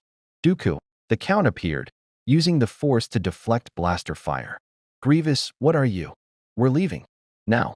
Before this palace becomes our tomb." Understanding flashed across Dooku's aristocratic features. He turned to the Justice League, to the Jedi, to the panicked delegates. This summit was never about peace. It was about removing obstacles. "Evacuate, you fools." Cyborg's voice cut through the chaos on the comm. "Batman, I found the controller. It's not here. Someone's transmitting from orbit. And the signal's frequency. It matches Republic military encryption." Batman's heart sank. Republic military. Which meant someone in the Republic command structure. Someone with access to military codes and orbital assets. Someone very, very close to the center of power. "Everyone out." Mace Windu commanded, finally understanding the danger. "The palace is compromised." They ran, heroes and villains alike. As Mandalorian guards tried to hold back the Death Watch assault, Duchess Satine, her composure shattered, allowed Obi-Wan to guide her toward emergency transports. Superman carried a dozen delegates at once, flying them to safety. Green Lantern created massive energy shields, holding back falling debris. Wonder Woman's strength propped up collapsing archways, buying time for others to escape. The Flash found the bombs, 16 of them, hidden in support columns. "Cyborg, can we move them?" "Not without triggering them. They're pressure-sensitive, impact-sensitive, and on a countdown. 40 seconds. Then we evacuate and contain the blast," Batman decided. "Superman, Green Lantern, can you create a barrier strong enough to channel the explosion upward?" "We can try," Hal said, his ring already forming an emerald dome around the palace's lower levels. Superman positioned himself at the structure's weakest point, his body becoming a living support beam. "Get everyone clear. When it blows, I'll hold as long as I can." "Cal," Wonder Woman started. "Go." They went. The bombs detonated with devastating force. A chain reaction that turned the palace's foundations into a crater. The blast wave expanded outward and met Superman's invulnerable body and Green Lantern's willpower constructs. The explosion funneled upward into the sky, a pillar of fire that lit up Mandalore's dome. When the smoke cleared, Superman knelt in the crater. His cape burned away, his uniform scorched. But alive, Green Lantern floated down, his ring flickering dangerously low on charge. That was too close. On the landing platforms, the survivors gathered. Republic delegates, Separatist representatives, Jedi and Justice League, all staring at the ruins of what was supposed to be a peace summit. Duchess Satine's face was pale with fury and grief. "My palace. My city."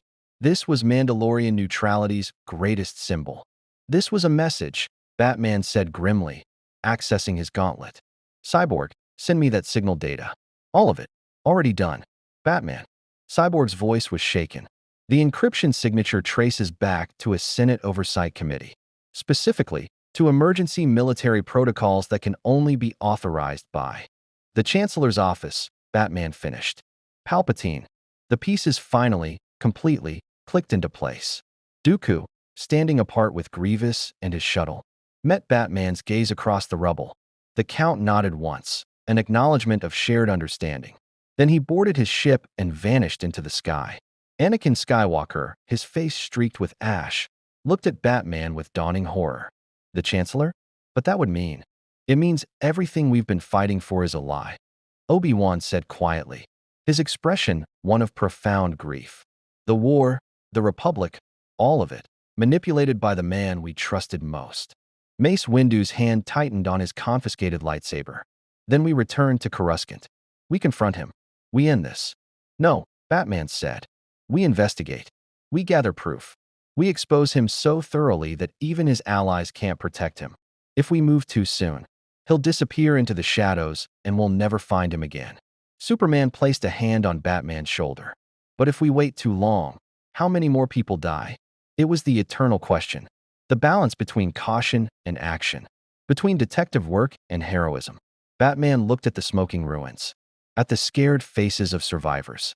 At the galaxy teetering on the edge of darkness. Then we move fast, he said. And we don't make mistakes. Because we won't get a second chance. Somewhere on Coruscant, in the Chancellor's private office. Palpatine smiled as reports of the Mandalore attack reached him. The Justice League was proving more troublesome than anticipated, yes. But trouble could be managed. Trouble could be used. And when the time came, trouble could be eliminated. The Undercity of Coruscant was a world away from the gleaming Senate towers above. Here, 5,000 levels below the surface, sunlight never reached. Neon signs flickered in a dozen languages, casting sickly colors across rusted walkways and crumbling infrastructure. The air tasted of recycled breath and industrial decay. This was where the galaxy's forgotten lived, criminals, refugees, and those who'd fallen through the cracks of Republic prosperity. Batman moved through the shadows like he belonged there. In many ways, he did. Gotham's crime. Ali had prepared him for places like this, the desperate architecture of poverty, the unspoken rules of survival. Beside him, the Flash vibrated slightly, his speed allowing him to perceive threats before they materialized. This is worse than Central City's bad neighborhoods, Barry muttered, watching a Rodian pickpocket work the crowd. How does the Republic let it get this bad? Because the people up there don't look down here, Batman replied. And the people down here don't vote. He accessed his gauntlet, pulling up the tracking data Cyborg had provided. The signal that triggered the Mandalore bombs was routed through 17 relay points before going orbital. Whoever planted them was smart. But they had to test the system first. And tests leave traces. They stopped outside a dilapidated cantina, its sign reading, "The Broken Hyperdrive," in flickering orbesh. Music thumped from inside. Jizz music mixed with something darker, more electronic. Batman's cowl sensors detected multiple concealed weapons, black market technology, and at least 3 wanted criminals. Perfect. Stay close, Batman said. And don't use your speed unless absolutely necessary. We're here to gather information, not fight. They entered. The cantina fell silent as every eye turned to them, or rather, to the man in a bat costume and the one in a bright red suit. In the Undercity, standing out was dangerous. Being dangerous made you a target. A Trandoshan bouncer moved to intercept them, his clawed hand on a blaster. We don't serve. Batman placed a credit chip on the bar. 5,000 Republic credits. More than the bouncer made in a month. Information. I'm looking for someone who deals in Republic military hardware. Specifically, remote detonation systems. The Trandoshan's reptilian eyes narrowed. And if I don't know anyone, Batman placed another chip on the bar. Then I'll ask someone else. Someone who wants to earn easy money. Greed won. It always did. Backroom. Ask for Koro. But if you're trouble, we're not, the Flash said with his most disarming smile. We're, collectors. Of information. About. Boom things. Batman resisted the urge to sigh. Barry's undercover work needed improvement. The back room was thick with smoke from death sticks and other substances. Batman's cowl couldn't identify. Koro turned out to be a Bith, a species known for technical expertise and moral flexibility. His bulbous head and large eyes gave him an unsettling appearance. As he studied them over a glass of something luminescent. You're the Justice League, Koro said, his voice musical and oddly pleasant. Word travels fast in the Undercity. Heroes from another universe, fighting in our war. Some say you're Republic weapons. Others say you're separatist infiltrators. What are you really? Concerned, Batman said. Someone used Republic military explosives in a terrorist attack on Mandalore. Someone with access to encrypted channels and orbital assets. I want to know who supplies that kind of hardware. Koro's oversized eyes blinked slowly. That information is dangerous. People die for knowing less. Another credit chip. Then another. Batman was burning through his emergency funds, but money was replaceable. Lives weren't. There's a group, Koro finally said. They call themselves the Umbaran Collective. Smugglers, mostly, but with connections everywhere. Senate aides, military officers, even some Jedi. They don't care about the war. They profit from it, selling weapons to both sides, information to the highest bidder. Where can I find them? You don't find the collective. They find you. Koro pulled out a data chip. But if you're determined to commit suicide, this has a location. An abandoned munitions depot on level 3181. They use it as a dead drop. Leave a message, they'll respond. Batman took the chip. And why are you helping us? Koro's expression was unreadable on his alien features. Because the war is killing the galaxy. And maybe heroes from another universe are crazy enough to actually stop it. Or maybe I'm just tired of watching. Children starve while senators get fat on. Military contracts. He waved a three-fingered hand. Now go, before my conscience catches up with my survival instinct. For levels up, in a slightly less decrepit section of the Undercity, Superman and Wonder Woman walked openly through the streets. Where Batman used shadows, they used presence, their bearing, their power, making would-be attackers think twice. Diana's mission was different from Bruce's. While he hunted conspirators, she hunted truth. And truth, she'd learned, came from the people who lived it. They found a refugee camp, beings displaced by the war, crowded into a converted warehouse. Twi'leks, humans, Rhodians. Species Diana didn't recognize, all sharing space and rations that were clearly insufficient. Children with hollow eyes. Adults with the weight of survival etched into their faces. This is what your war creates, Diana said to the Republic aid worker. A harried Myriolan woman with tattoos marking her face. The forgotten. The war isn't ours, the woman replied wearily. We didn't choose it. The Separatists attack, the Republic defends, and we're caught in the middle. My home system declared neutrality. Both sides punished us for it. Superman knelt beside a human child, maybe 8 years old, who was drawing on the floor with a piece of charcoal. The drawing showed starships fighting, buildings burning, stick figures running. What's your name? He asked gently. Petro, the boy replied. Are you really from another universe? I am. A place called Earth. Is there war there too? Superman's expression was pained. Sometimes. But we try to stop it. We try to protect people. Can you stop our war? Petro's eyes held a hope that was almost unbearable. Can you make the ships stop coming? Diana knelt beside Superman, her warrior's heart breaking at the child's question. We're trying, Petro. I promise you we're trying.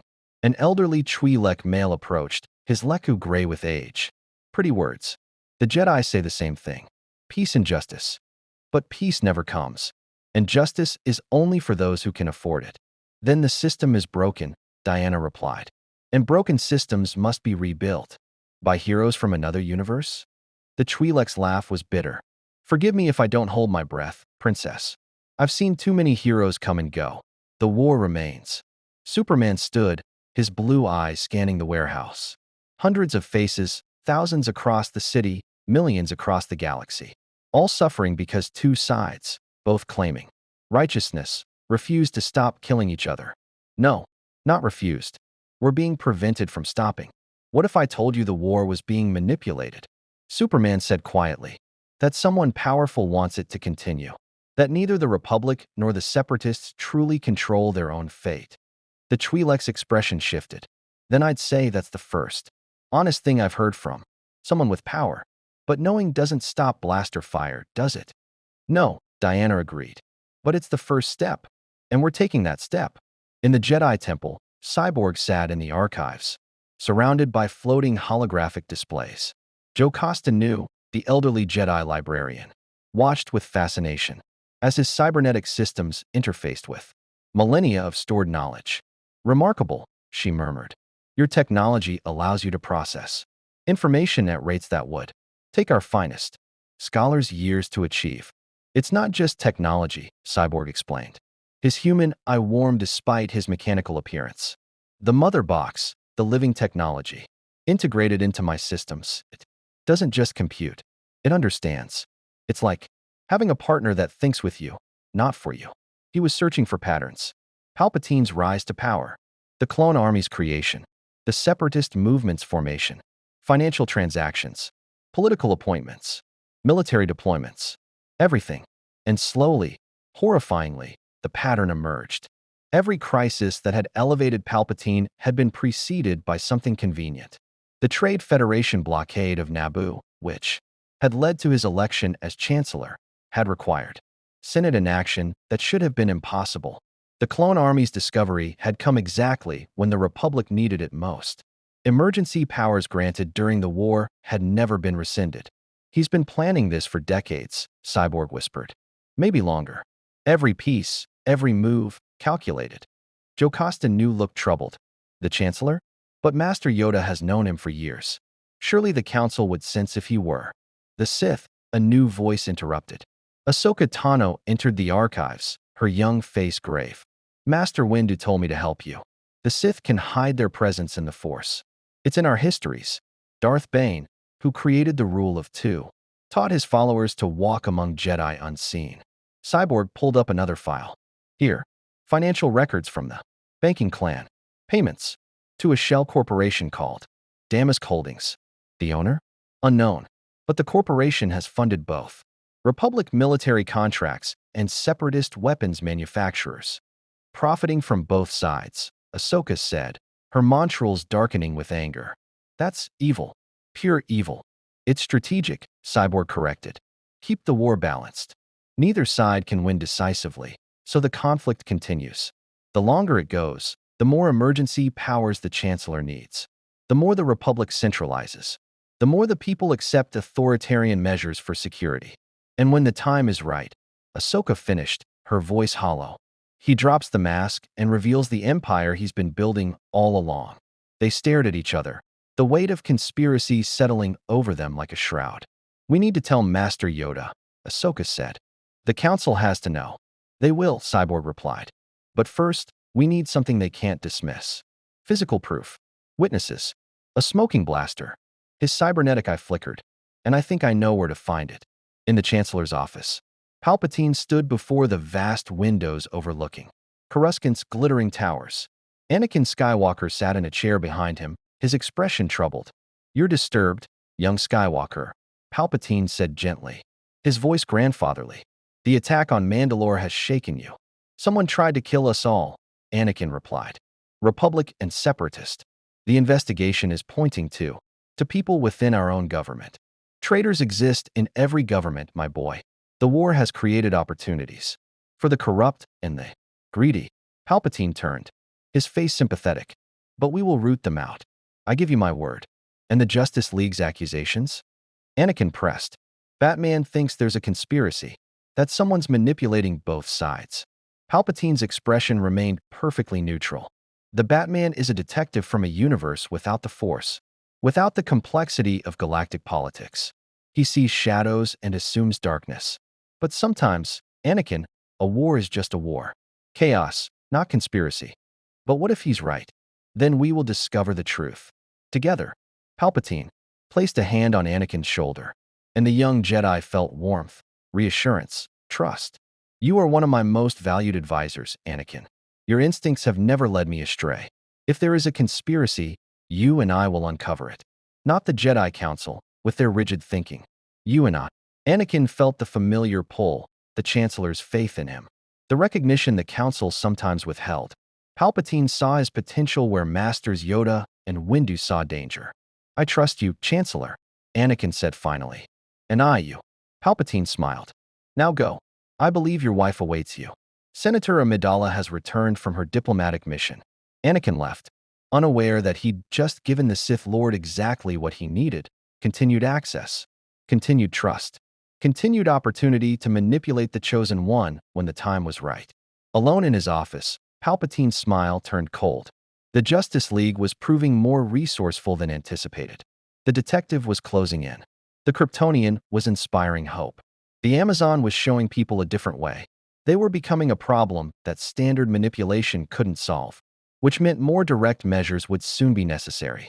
Palpatine activated his private comm, the one using Sith encryption that even Republic slicers couldn't crack.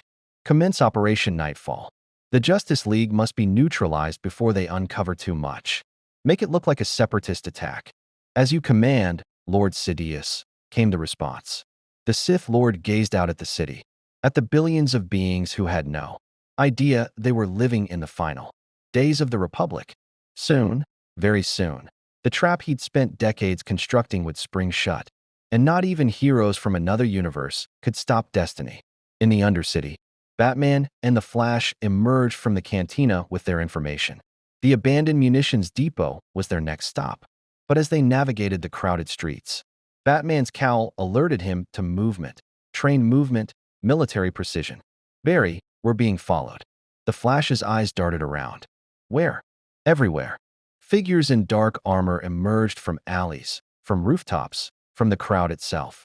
Not Republic troops, not separatist droids. Something else. Assassins wearing stealth suits, carrying weapons Batman's sensors struggled to identify. Umbaran tech, the Flash realized. Those are Umbaran soldiers. But they're supposed to be fighting for the Republic. They're mercenaries, Batman corrected. And someone just sent them after us. Energy beams lanced out. Not blaster fire, but something more refined. Disruptor weapons, designed to bypass shields and armor. The Flash dodged, his speed making him untouchable. Batman threw smoke pellets, creating cover as he moved. But there were too many, and they were hurting Batman and Flash. Toward a specific location, a dead-end alley blocked by ray shields. A trap within a trap. The lead Umbaran removed his helmet, revealing pale, ghostly features. The Sith Lord sends his regards, Justice League. You've become inconvenient. Batman's mind raced. Sith Lord. Plural. Not just Sidious and Dooku. There were more players. More layers to the conspiracy. The Umbaran raised his weapon. Nothing personal. Just business. Then a golden rope wrapped around the assassin's wrist, yanking him backward with impossible force. Wonder Woman descended from above, her divine strength scattering the Umbarans like leaves. Superman crashed down beside her, his heat vision carving through the attacker's weapons. Aquaman's trident swept through their ranks with oceanic fury. Green Lantern created a massive energy construct, a battering ram that shattered the ray shields, trapping Batman and Flash. Thought you could use backup, Diana said with a fierce smile. Good timing, Batman acknowledged. Then, to the fleeing Umbarans, tell your employer we're not going anywhere. We're going to find him. And when we do, there won't be anywhere dark enough for him to hide. The battle was over in seconds. But as they stood among the unconscious assassins, Batman's expression was grim. He's escalating, which means we're close. Then we finish this, Superman said. We find Sidious. We expose him. We end his plan. Wonder Woman nodded, drawing her sword. And we do it before he kills anyone else. Somewhere above, in the gleaming Senate towers, Palpatine felt a disturbance. Not through the Force. These beings existed outside its touch. But through pure instinct, predator recognizing predator. The game was accelerating toward its endgame. And only one side could survive. The Justice League gathered in the temple's rarely used war room. A chamber sealed against electronic surveillance and shielded from Force eavesdropping. Master Yoda, Mace Windu, Obi-Wan Kenobi, and Ahsoka Tano represented the Jedi Council. The weight of conspiracy hung heavy in the recycled air. Batman stood at the center, holographic evidence floating around him like accusatory ghosts. Financial records, communication intercepts, assassination attempts. The pattern was undeniable, yet the conclusion remained almost too terrible to accept. Chancellor Palpatine is Darth Sidious, Batman stated flatly. He's been orchestrating the Clone Wars from both sides. He created the Separatist Crisis, ordered the clone army under a dead Jedi's name, and has spent 3 years consolidating emergency powers. While the Republic tears itself apart, the Jedi Masters were silent. Yoda's ears drooped with profound sorrow. Mace Windu's jaw clenched so hard his teeth should have cracked. Obi-Wan looked as though someone had struck him. Proof you have? Yoda asked quietly. Cyborg stepped forward, his cybernetic systems projecting new data. Financial transactions routing through shell corporations that Palpatine controls. Encrypted communications matching Sidious's signature from separatist intercepts. And this, he pulled up a recording, audio only, distorted but recognizable. Intercepted from the Mandalore attack. The voice authorizing the operation. Palpatine's voice, cold and commanding, ordering the destruction of the Peace Summit. Voice analysis confirms a 97% match, Cyborg continued. The encryption key used is unique to the Chancellor's personal network. No one else could have sent that signal. It's circumstantial, Windu said, but there was no conviction in his voice. A good lawyer could challenge every piece. Then we get more than circumstantial, Batman replied. We force him to reveal himself. Superman can hear heartbeats, detect lies through physiological changes. Wonder Woman has the lasso of truth, divine magic that compels honesty. We confront him together, with the council present. Make him admit what he is.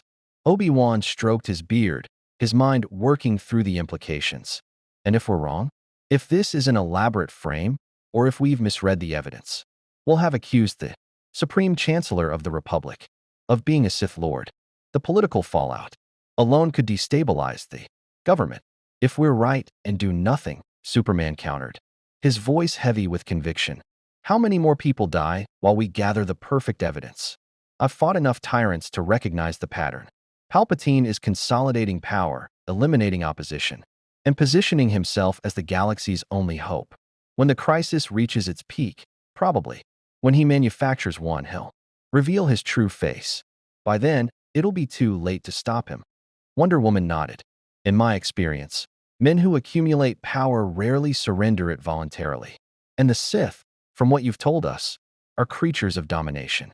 If Palpatine is Sidious, he won't stop until the galaxy kneels. Dangerous, this path is, Yoda warned. Confront him directly, we cannot. Too powerful, a Sith Lord is. And if alerted to our knowledge, vanish into shadows he will. Then we don't confront him directly, Batman said. We create a situation where he has to reveal himself, where staying hidden becomes more dangerous than showing his hand. Ahsoka leaned forward, her young face intense. What kind of situation? Batman's lips curved into something that might have been a smile if it held any warmth. We make him think we're going to end the war without him. That peace is about to break out, and all his careful planning is about to collapse. A Sith Lord who's invested decades in this conspiracy won't be able to resist acting to preserve it. You want to use the galaxy as bait, Windu said, disapproval clear in his tone. I want to save the galaxy by forcing the real threat into the open. Batman corrected. Right now, Sidious is invisible. He strikes from the shadows. We bring him into the light. Green Lantern raised a hand. Okay, but how exactly do we fake ending the war? The Separatists aren't going to just surrender because we ask nicely. No, Obi-Wan said slowly, understanding dawning. But Count Dooku might cooperate. He knows about Sidious. Batman said Grievous implied as much on Mandalore. Dooku is Sidious's apprentice. But he's also a former Jedi. Perhaps some part of him still remembers what he once stood for. You want to turn Dooku? Mace Windu's skepticism was palpable. He's killed dozens of Jedi. He orchestrated the war. Under Sidious's direction, Obi-Wan argued. The Sith rule of two means the apprentice always seeks to overthrow the master. If we offer Dooku a way out, a way to destroy Sidious, and perhaps even redemption, he might take it. The Flash, who'd been vibrating with nervous energy throughout the discussion, suddenly spoke up. Wait, let's back up. We're talking about making a deal with Space Count Dracula to trap Space Emperor Palpatine. Does anyone else think this sounds completely insane?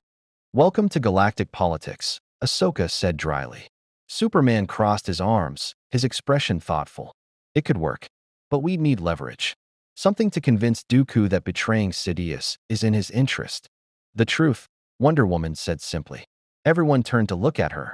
The lasso compels absolute honesty. If we capture Dooku, bind him with the lasso, we can force him to reveal everything he knows about Sidious. His identity, his plans, his vulnerabilities. Even Sith loyalty can't overcome divine compulsion. Yoda's ears perked up. Bold, this plan is. but dangerous. Dooku capture, we must. And to capture him, lure him we must. Batman was already working. Cyborg, can you fake a Republic intelligence leak? Make it look like we've discovered a weapon, something that could end the war decisively in the Republic's favor. Cyborg's eye flickered. I can fabricate reports, plant them in systems Separatist spies monitor. If I make it look authentic enough, Dooku will have to investigate. Make it big, Batman instructed. A superweapon, or a way to deactivate all Separatist droids simultaneously. Something that threatens the Confederacy's entire military capacity. Dooku won't be able to resist. And when he comes to investigate, Aquaman rumbled, we'll be waiting. Mace Windu stood, his presence commanding. The Council must discuss this. What you're proposing, allying with a Sith apprentice, even temporarily, goes against everything the Jedi Order stands for. Your order is about to be destroyed, Batman said bluntly. Sidious has been planning this for decades. Do you really think he doesn't have a contingency for the Jedi? Whatever his endgame is, I guarantee it involves eliminating you. All of you. The words hung in the air like a death sentence. Yoda nodded slowly. Right you are.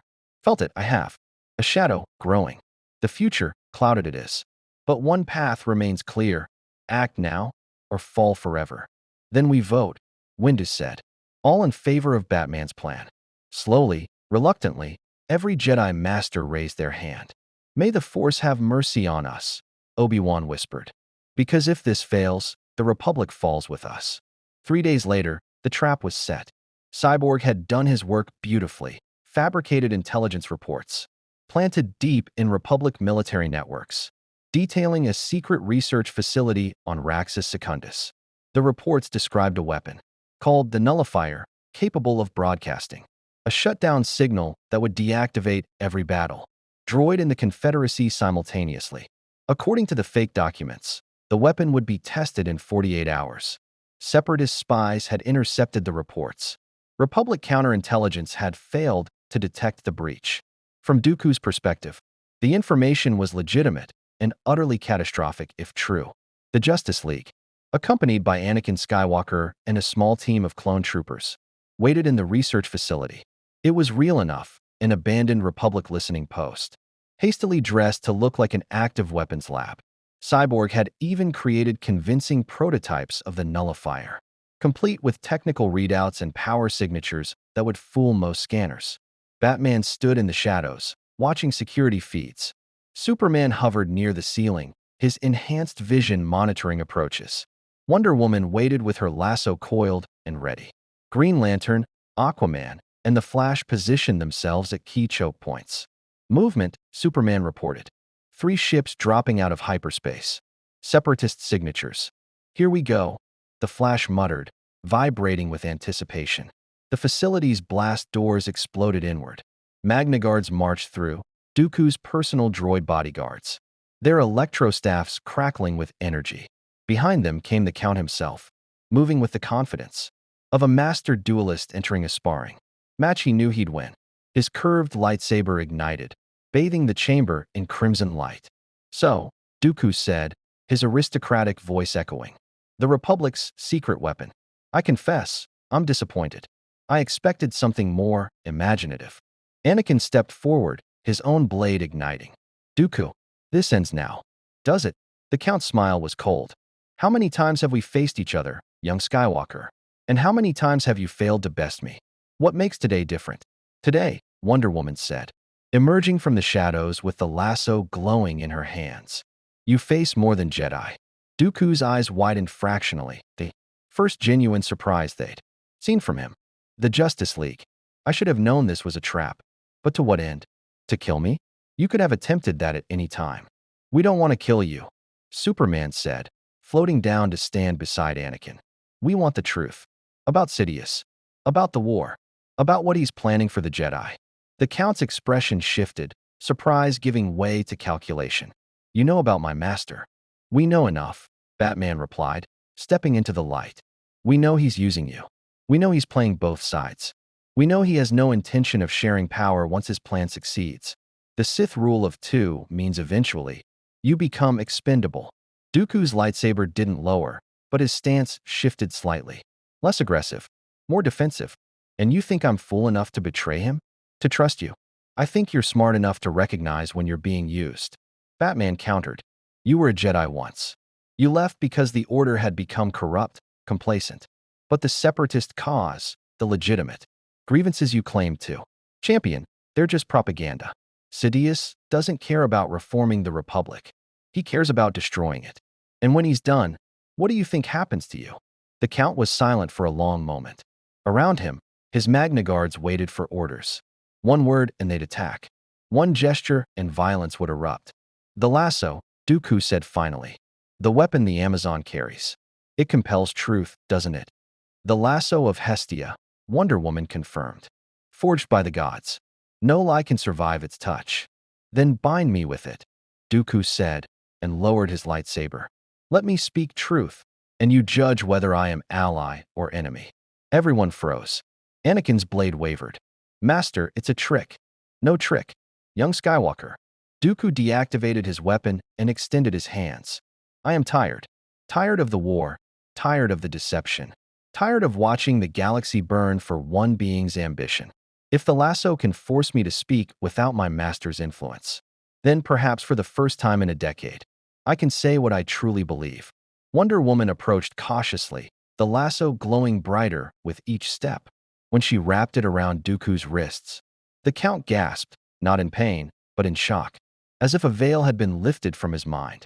Ask your questions, he said, his voice strained but clear. Batman stepped forward. Is Chancellor Palpatine Darth Sidious? Yes.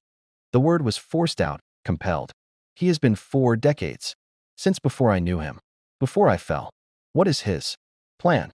To destroy the Jedi. To corrupt. Or kill the Chosen One. To transform the Republic. Into an empire with himself as eternal Emperor. Dooku's face contorted with effort, trying to resist the lasso's power. But truth poured from him like water from a broken dam. The Clone Army. Order 66. A contingency protocol implanted in every clone trooper.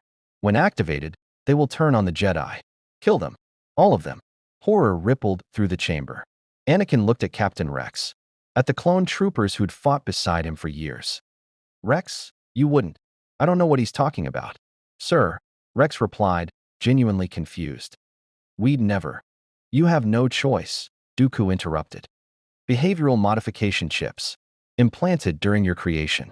You don't even know they're there. When the time comes, you'll execute your Jedi commanders without hesitation, without guilt. Kaminoan engineering at its finest. The clones looked at each other. Faces identical but expressions unique. Shock, denial, dawning horror. Cyborg systems were already scanning. He's right. I'm detecting organic implants in their cerebral cortex.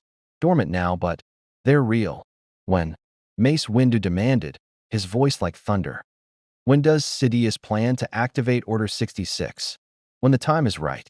When the Jedi are most vulnerable, most spread across the galaxy. When Anakin Skywalker has been turned or broken. When there's no one left to oppose him. Dooku sagged against the lasso's bindings. Soon. Very soon. He knows you're investigating. He knows the Justice League threatens his plans. He's accelerating the timeline. Batman's mind raced. Does he have other apprentices?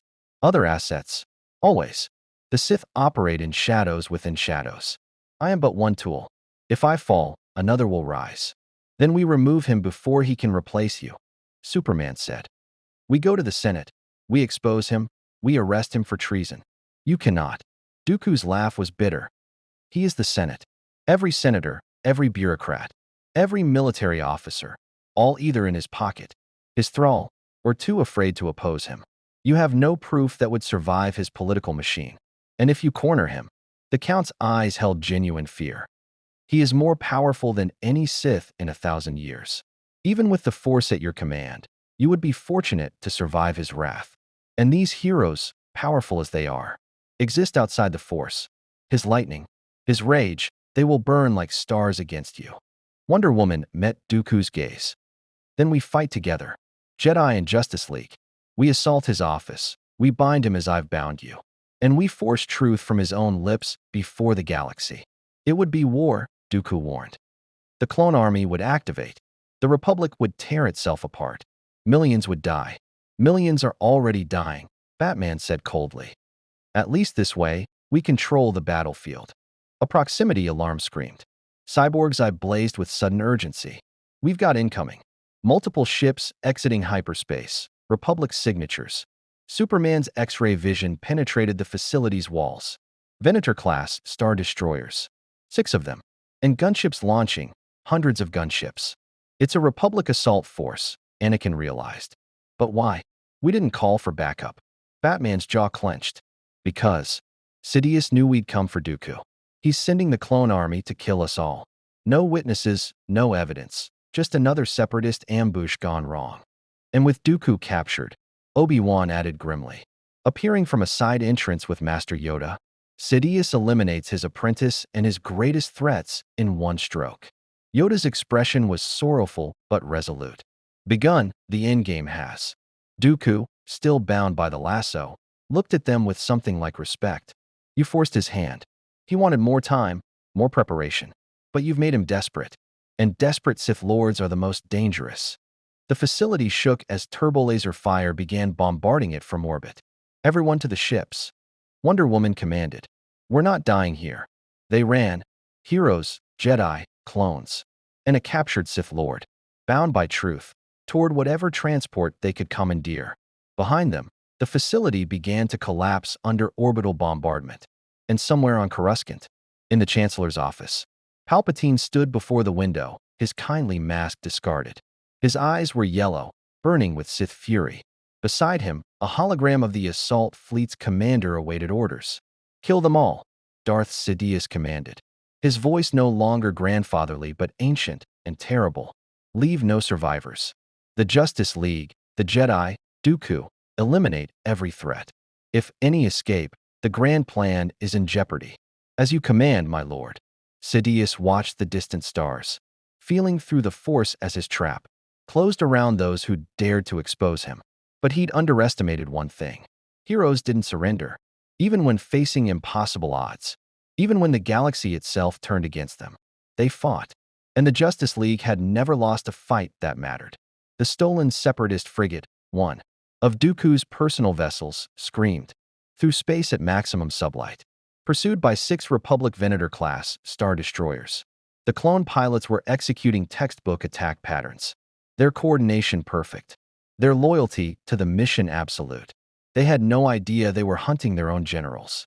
On the bridge, Anakin Skywalker gripped the pilot's console, his connection to the Force guiding his hands as he performed evasive maneuvers. That should have been impossible. For a ship this size, turbolaser bolts carved past the hull, close enough that their heat blistered the outer plating. Shields at 40%, Cyborg reported from the weapons station. His systems interfaced with the Separatist technology. We can't take much more of this. Obi-Wan stood beside Count Dooku, who remained bound by Wonder Woman's lasso. The former Jedi looked almost serene despite the chaos around them. Your hyperspace coordinates. Count, where can we go that Sidious won't immediately follow? Nowhere in Republic or Separatist space, Dooku replied. The lasso compelling honesty. His network spans the galaxy. But there are places even he avoids. The deep core, the unknown regions. Wild space where the Force itself is strange. Wild space it is, Anakin decided, punching coordinates into the navicomputer. Master Yoda, can you? The diminutive Jedi Master was already in meditation, his presence in the Force reaching out, finding safe pathways through the chaos of hyperspace. Ready, the route is. Jump now, we must. The frigate's hyperdrive, engaged just as a turbolaser barrage, would have crippled their engines. Stars stretched into lines, and they were gone. Behind them, the Republic fleet's commander, a clone admiral designated, CC 1138, stared at the empty space where his targets had been. His orders were clear. Failure was unacceptable. He activated his encrypted comm. This is Admiral CC 1138 to command. Targets have escaped into hyperspace. Requesting orders. The response came not from Republic Command, but from a private channel using Sith encryption. The voice was familiar, the Chancellor's voice, but twisted, ancient, filled with malice that made even a clone trooper's genetically modified mind recoil. Continue pursuit. Deploy tracking beacons. Alert all Republic forces that the Justice League and compromised Jedi have committed treason. Authorization. Order initiate. Understood, my lord. The fleet jumped to hyperspace, following the faint trail left by Dooku's ship. The frigate emerged from hyperspace in a system that wasn't on any standard star charts. A dying red giant dominated the view screen, its light washing everything in crimson. 3 planets orbited in decaying trajectories. 1. A gas giant with violent storms. Another a frozen wasteland. The third a rocky world with visible ruins dotting its surface. Where are we? Superman asked, his enhanced vision studying the system. Dooku, still bound by the lasso, spoke with a mixture of reverence and fear. More to space, or near it. This region is saturated with Force energy, not light or dark, but raw, primal. The ancient Jedi avoided this place, said it was where the Force itself dreamed. Yoda's ears pricked up. Mortis. Heard of it, I have. Where the ones dwelled. The father, the daughter, the son. Balance personified. They're dead, Dooku said quietly. Killed during the Clone Wars, if legends are true. But their power lingers. This region makes Force users unpredictable. Sidious won't risk coming here himself. Batman was already scanning for threats. Then we use the time we have. Cyborg, can you remove those control chips from the clones? Rex and his squad stood at attention, their faces showing the strain of learning they'd been weaponized against the Jedi they served. Sir, with respect, if those chips exist, I want them out. All of us do. Cyborg nodded. It's delicate surgery. I'll need to interface with their neural tissue. Use the mother box to safely extract the implants without causing brain damage. I can do it, but it'll take time. 2 hours per soldier. Then we start now. Mace Windu commanded. Rex, you first. Your men will need their captain to show them it's safe. As Cyborg and Rex moved to the ship's medical bay, Batman turned to Dooku. Sidious's power. You said he's stronger than any Sith in a millennium. Quantify that. The Count's expression was grim. He can conjure Force lightning that could power a city. He can crush starships with his mind if sufficiently enraged. His foresight through the Force allowed him to orchestrate a galactic conspiracy spanning decades. He has studied every dark side technique from the Sith archives, ancient alchemy, Sith sorcery, drain techniques that can kill with a thought. Dooku paused, struggling against the lasso's compulsion. And he is immortal, or close enough. He has learned to transfer his essence between bodies. Even if you kill him, he can return. The revelation hung in the air like a death sentence. Nothing's immortal, the Flash said, trying to sound confident. We've fought gods before. We've beaten them. Your gods operated under different rules, Dooku replied. The Sith Lord has spent 1,000 years preparing for this moment. Yes, 1,000 years, for he is far older than the body he wears. He has possessed chancellor after chancellor, senator after senator, always positioning himself closer to power. Palpatine is merely his latest vessel. Wonder Woman's eyes widened. Possession magic. That's ancient, forbidden even among the gods of Olympus. If he can transfer his consciousness, then killing the body accomplishes nothing, Batman finished. We need to destroy his essence completely, or trap it somewhere it can't escape. Green Lantern's ring glowed as he processed the implications. The Guardians of OA have containment protocols for entities like that.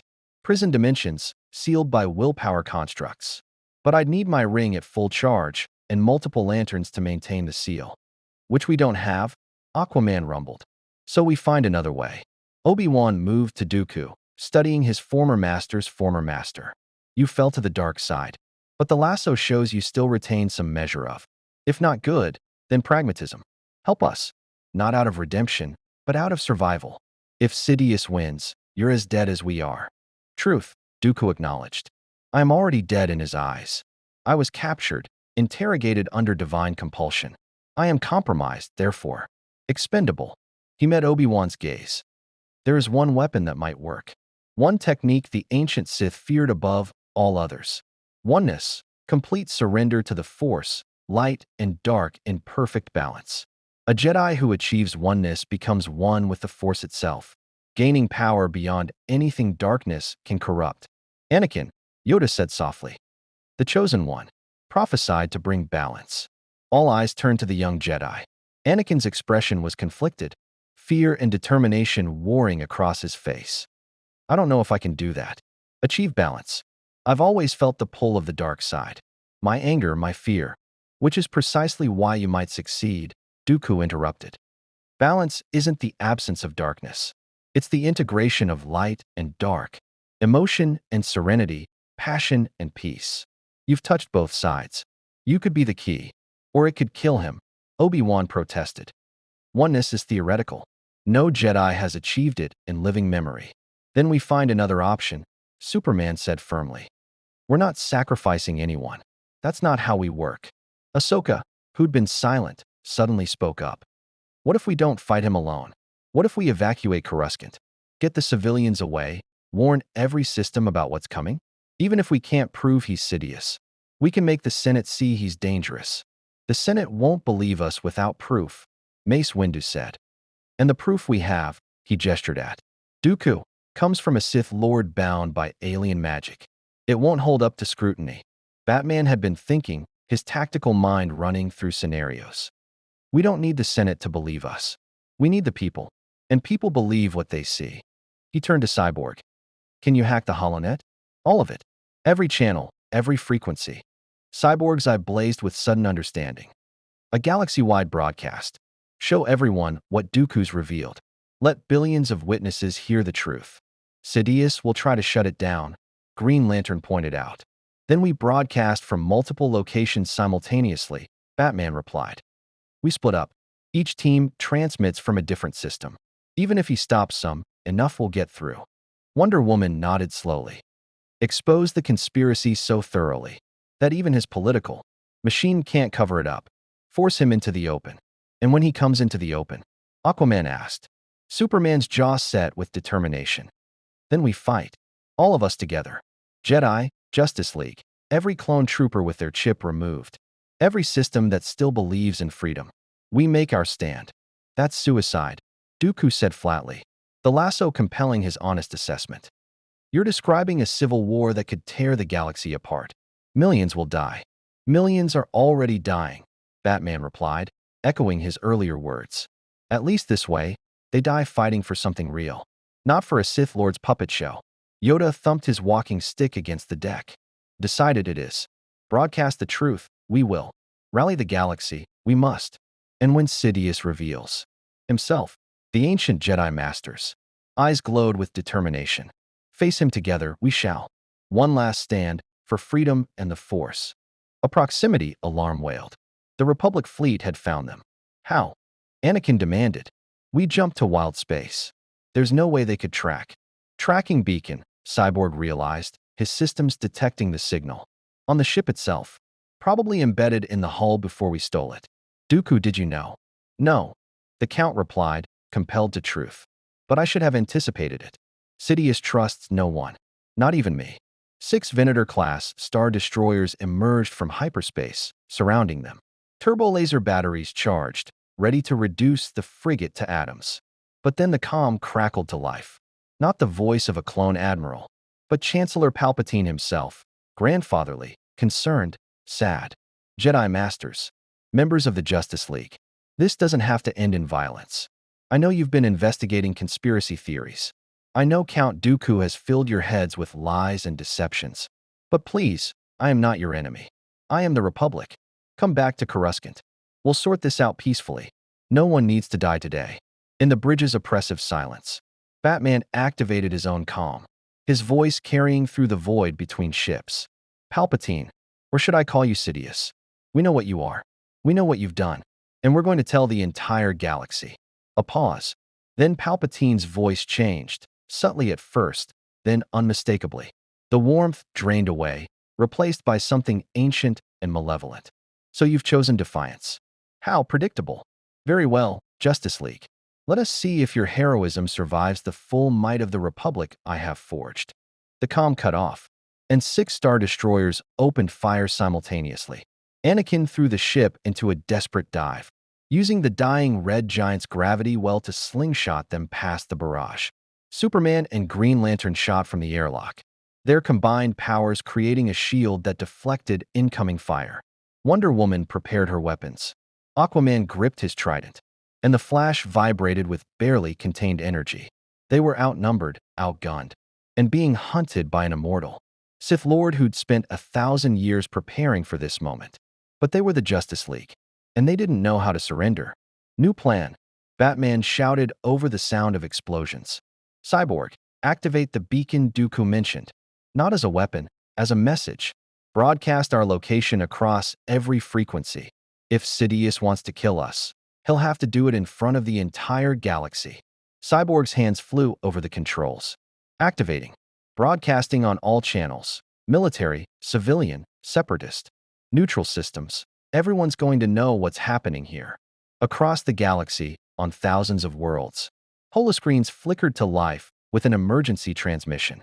Beings of every species watched as the Justice League made their stand, as Jedi fought beside heroes from another universe, as the truth about Chancellor Palpatine poured across the holonet. And on Coruscant, in the Senate chamber where the crisis had begun, Palpatine felt his carefully constructed web of lies beginning to unravel. His yellow eyes blazed with Sith fury. "So be it," Darth Sidious whispered. "If they want war, I will give them Armageddon." He reached out through the Force, touching the minds of every clone trooper in the Grand Army. Execute Order 66.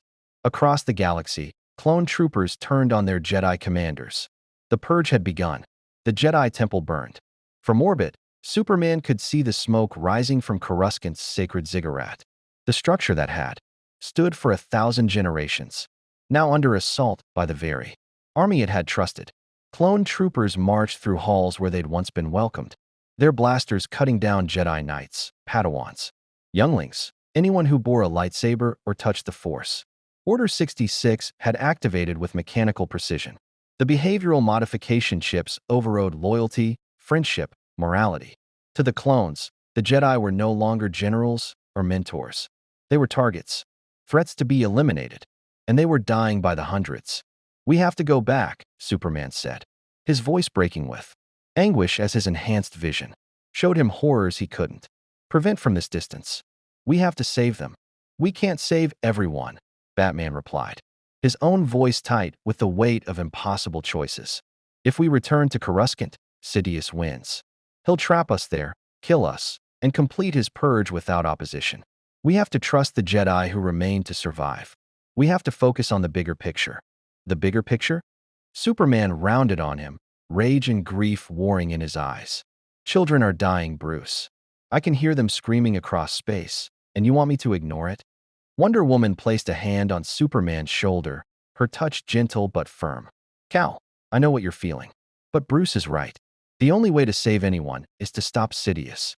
If we die trying to rescue individuals, we lose the war. And then everyone dies."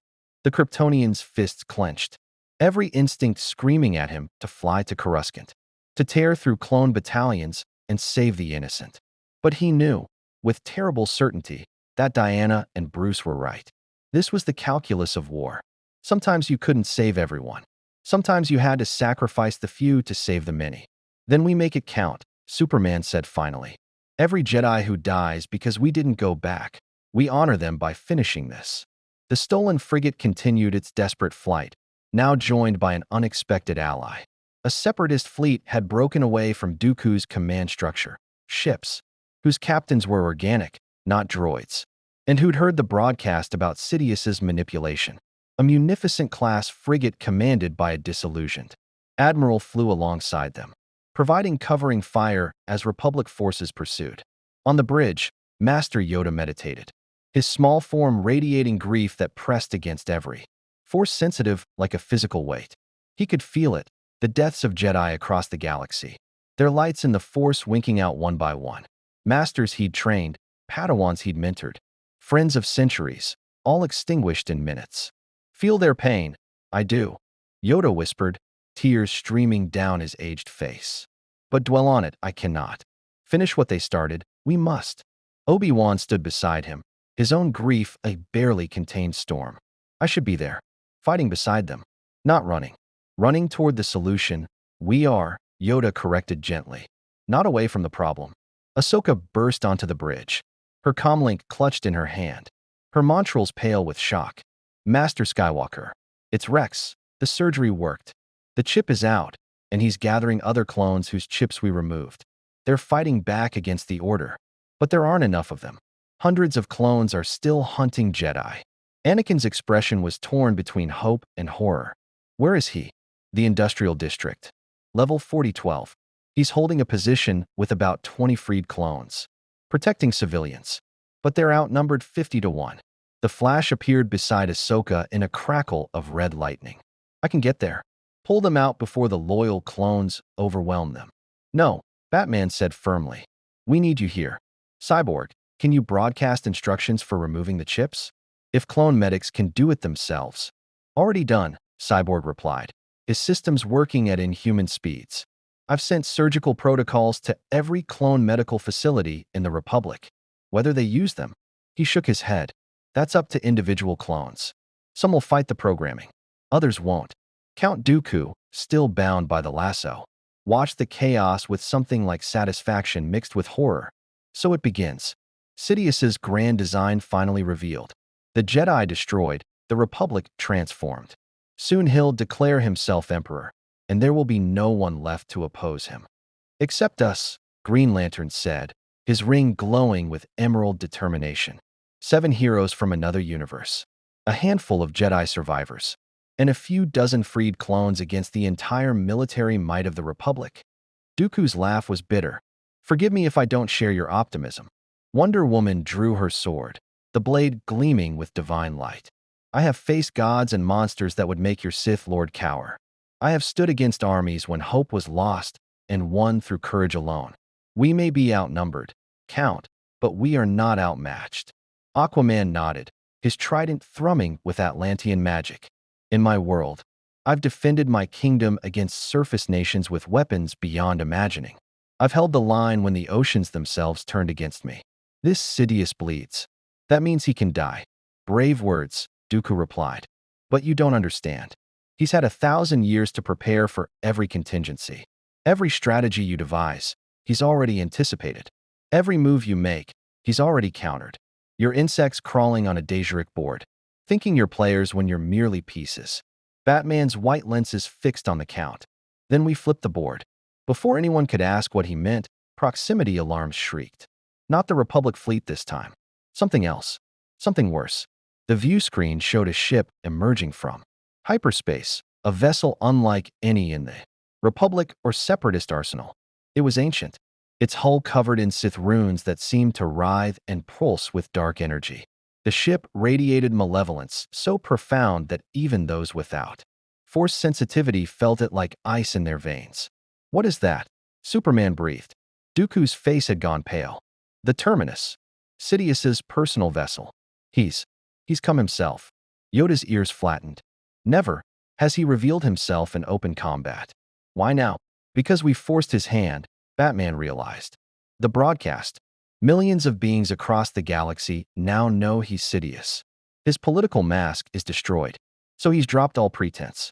If he can't rule from the shadows anymore, he'll rule through fear.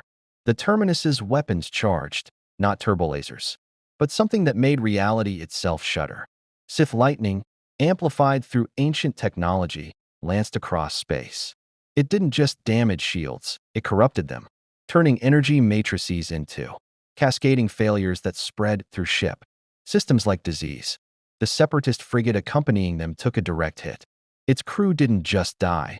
They screamed in unified agony as the dark side. Energy invaded their bodies, aging them decades and seconds before reducing them to ash. The ship itself crumbled, metal corroding as if centuries had passed in moments. He's using the dark side as a weapon, Mace Windu said, horror in his voice. That level of power. It should be impossible. Impossible for a Jedi, Dooku corrected. But Sidious abandoned Jedi limitations millennia ago. He has consumed entire worlds in his pursuit of power. He has fed on suffering, fear, and death for so long that he barely qualifies as alive anymore. He is a wound in the Force made manifest. Another lance of corrupted lightning shot toward them.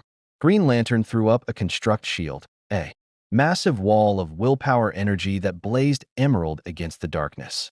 The two forces collided, and Hal screamed as the Sith energy tried to corrupt his ring, to turn his willpower into despair. Superman caught him as he fell, the construct flickering but holding. How?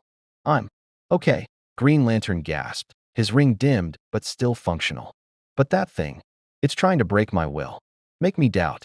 I can hold it off, but not forever. Wonder Woman's lasso glowed brighter. Divine magic against Sith sorcery.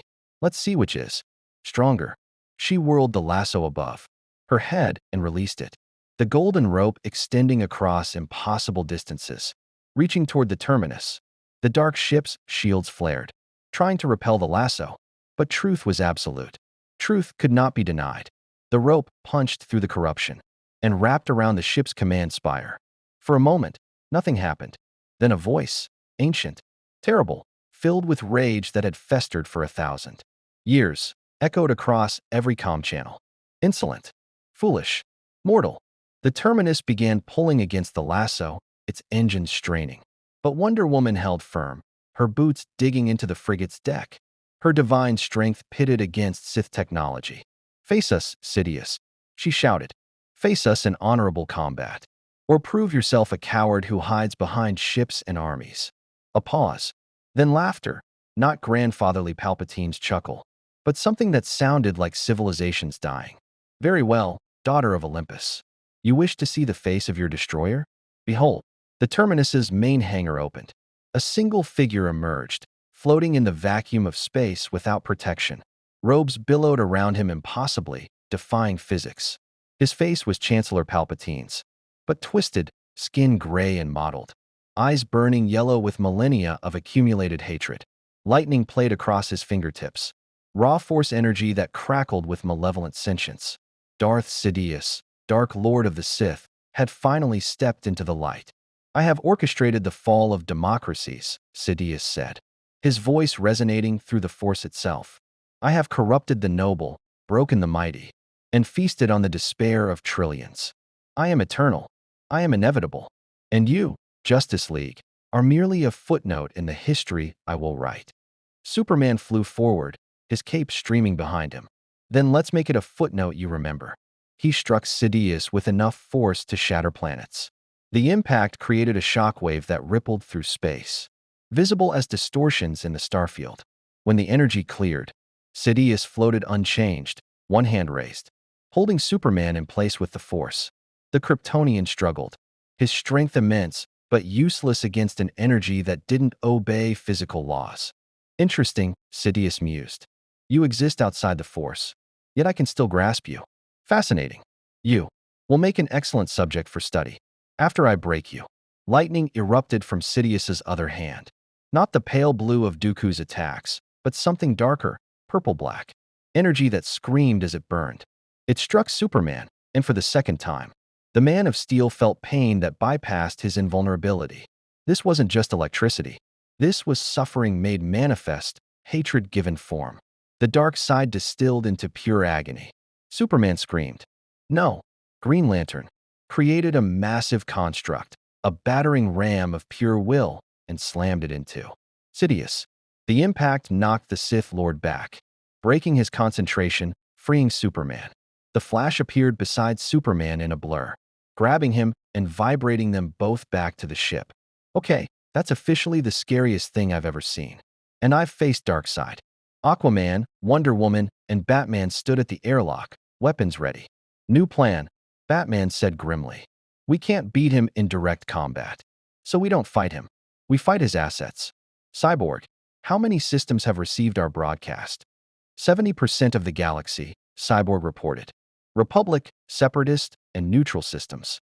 The HoloNet is burning with it. Senators are calling for Palpatine's resignation. Military commanders are questioning their orders. It's chaos. Then we make it count, Batman said. We rally every system that's still free. Every ship, every soldier, every being who still believes in freedom. We build an alliance, and we take the fight to Coruscant. We end this at its source. The Republic fleet will destroy us before we reach the planet. Mace Windu pointed out. Not if we have reinforcements, Anakin said suddenly, understanding dawning. The Separatist fleet, without Sidious controlling them, they're leaderless. If we offer them the truth, offer them a chance to fight the real enemy. Dooku, still bound by the lasso, nodded slowly. I can transmit surrender orders. In the Confederacy, fold our military assets into a unified resistance. The droids, the ships, the organic commanders who were genuinely fighting for freedom, all of it. But it would mean the end of the separatist cause. The cause was a lie, Obi-Wan said quietly. You said it yourself, compelled by truth. Why not end it with truth as well? The Count was silent for a long moment. Then, do it. Send the signal. End the war. At least let it end for something real. Cyborg's hands flew over the controls, broadcasting Dooku's surrender on all separatist frequencies. The message was simple. The war was orchestrated by Palpatine. The Confederacy had been used. And now was the time to unite against the true enemy. Across the galaxy, separatist commanders received the message. Some refused to believe it. Others, exhausted by years of fighting, desperate for anything resembling purpose, accepted. The war didn't end. It transformed. Republic against Separatist became everyone against Sidious. And on the terminus, Darth Sidious felt his carefully constructed order beginning to crumble. His rage swelled, feeding on itself, becoming a storm in the Force that every sensitive being in the system could feel. So be it. His voice thundered across space. If I cannot rule through deception, I will rule through domination. All who oppose me will burn. He raised both hands, and lightning, pure, cosmic lightning, erupted from his fingertips, not aimed at the frigate, but at the dying red giant star itself. The star convulsed, its fusion reactions accelerating impossibly. It was going supernova. Sidious was going to destroy the entire system to eliminate them. Everyone, get to hyperspace. Obi-Wan shouted. Now, but Yoda stood firm, his small form suddenly radiating power that dwarfed even Sidious's rage. No, feel it, I do. The Force calling to me, calling to all of us. One chance we have, one moment of unity. He looked at Anakin, at the chosen one who'd struggled for so long between light and dark. Balance, young Skywalker. Now is the time. Anakin understood. He closed his eyes, reaching out through the Force, not to the light side alone, not to the dark, but to both, to everything, to the living force that bound the galaxy together. And for one perfect moment, Anakin Skywalker achieved what no Jedi or Sith had in 1,000 years. Oneness. The power that flooded through him was indescribable. He could feel every living thing in the galaxy, every star, every world, every being connected through the Force. And he could feel Sidious, not as an enemy, but as part of the whole. A corruption, yes, but still part of the pattern, which meant he could be removed. Go, Anakin said, his voice resonating with something beyond mortality. All of you. I'll hold him. Anakin, Obi-Wan started. I said go. The chosen one, wreathed in light and shadow, flew from the ship toward Darth Sidious and the dying star. The final confrontation had begun. The space between Anakin Skywalker and Darth Sidious was measured in kilometers, yet it felt like the distance between galaxies. Two beings, both touched by the Force in ways that defied comprehension, faced each other against the backdrop of a dying star. Anakin floated in perfect stillness, his presence in the Force like a beacon that blazed with neither light nor dark, but something transcendent, balance made manifest. Every molecule of his being was aligned with the living Force. And for the first time in his life, the conflict that had always raged within him was silent. Sidious studied him with those burning yellow eyes. And for the first time in a millennium, the Dark Lord felt something he'd almost forgotten: uncertainty. So, Sidious said, his voice echoing across the void through the Force itself. The Chosen One finally awakens. Qui-Gon Jinn's ridiculous prophecy fulfilled at last. Do you feel powerful, young Skywalker? Do you believe this transcendent state makes you my equal? Anakin's voice, when he spoke, carried the weight of cosmic truth. Not your equal, Sidious. Your opposite. You've spent 1,000 years accumulating power, twisting the Force to your will, feeding on suffering. But power built on pain is hollow. And I can see it now. See how much of you is already gone. You're not even truly alive anymore. Just hatred wearing a body like a suit. The Sith Lord's expression twisted with rage. I have conquered death itself. I have transcended the limitations of flesh. What are you but a child playing with forces you barely comprehend? A child who sees you clearly for the first time. Anakin raised his hand, and the dying star responded. Its convulsions slowed, stabilized. The supernova Sidious had triggered began to reverse. You try to destroy this system, to kill everyone here. But the Force doesn't want destruction. It wants balance. And you, Sidious, are the imbalance. Lightning erupted. From Sidious's hands, not the purple-black corruption he'd used before, but something older and more terrible. Red lightning that seemed to tear reality itself. The culmination of 1,000 years of dark side mastery. Then I will destroy balance itself. The two forces collided. On the frigate, Superman gripped the viewport, his enhanced vision watching the battle unfold. We have to help him. He can't fight alone. He's not alone, Yoda said quietly. The ancient Jedi's eyes were closed, but his presence in the Force was immense, flowing outward to join with Anakin's. Every Jedi who survived. Order 66. Every Force-sensitive who still lives. Through Anakin, united we are. Mace Windu joined his meditation, his powerful will adding to the current.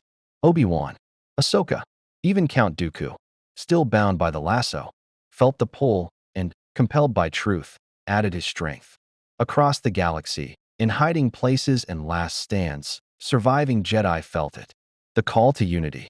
And they answered, their combined presence in the Force flowing toward. Anakin like tributaries joining a river. Batman watched, his tactical mind analyzing what he was seeing. They're creating a network, using Anakin as a focal point to channel the Force itself. Wonder Woman nodded. Like the gods of Olympus when they combine their power against a Titan. Many becoming one. Can it work? The Flash asked nervously. It has to, Superman replied. Because if it doesn't, we all die here. Cyborg systems detected massive energy readings from both Anakin and Sidious. They're not just fighting. They're rewriting reality around them. The Force is being shaped by their wills. Whoever breaks first loses everything. Green Lantern felt it through his ring, the sheer magnitude of willpower being exercised. Hal Jordan, his ring spoke. Energy signatures detected exceed known parameters. Recommendation, extreme caution. Little late for caution, Hal muttered.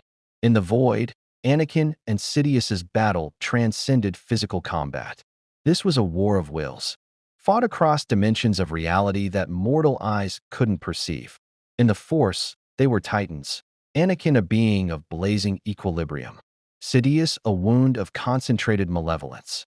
Sidious struck with memories, showing Anakin the death of his mother, the fear of losing Padme. Every moment of anger and pain the young Jedi had ever experienced. This is what you are, Skywalker. Rage and fear. You cannot escape your nature. But Anakin, connected to the unified Force, saw those moments differently now.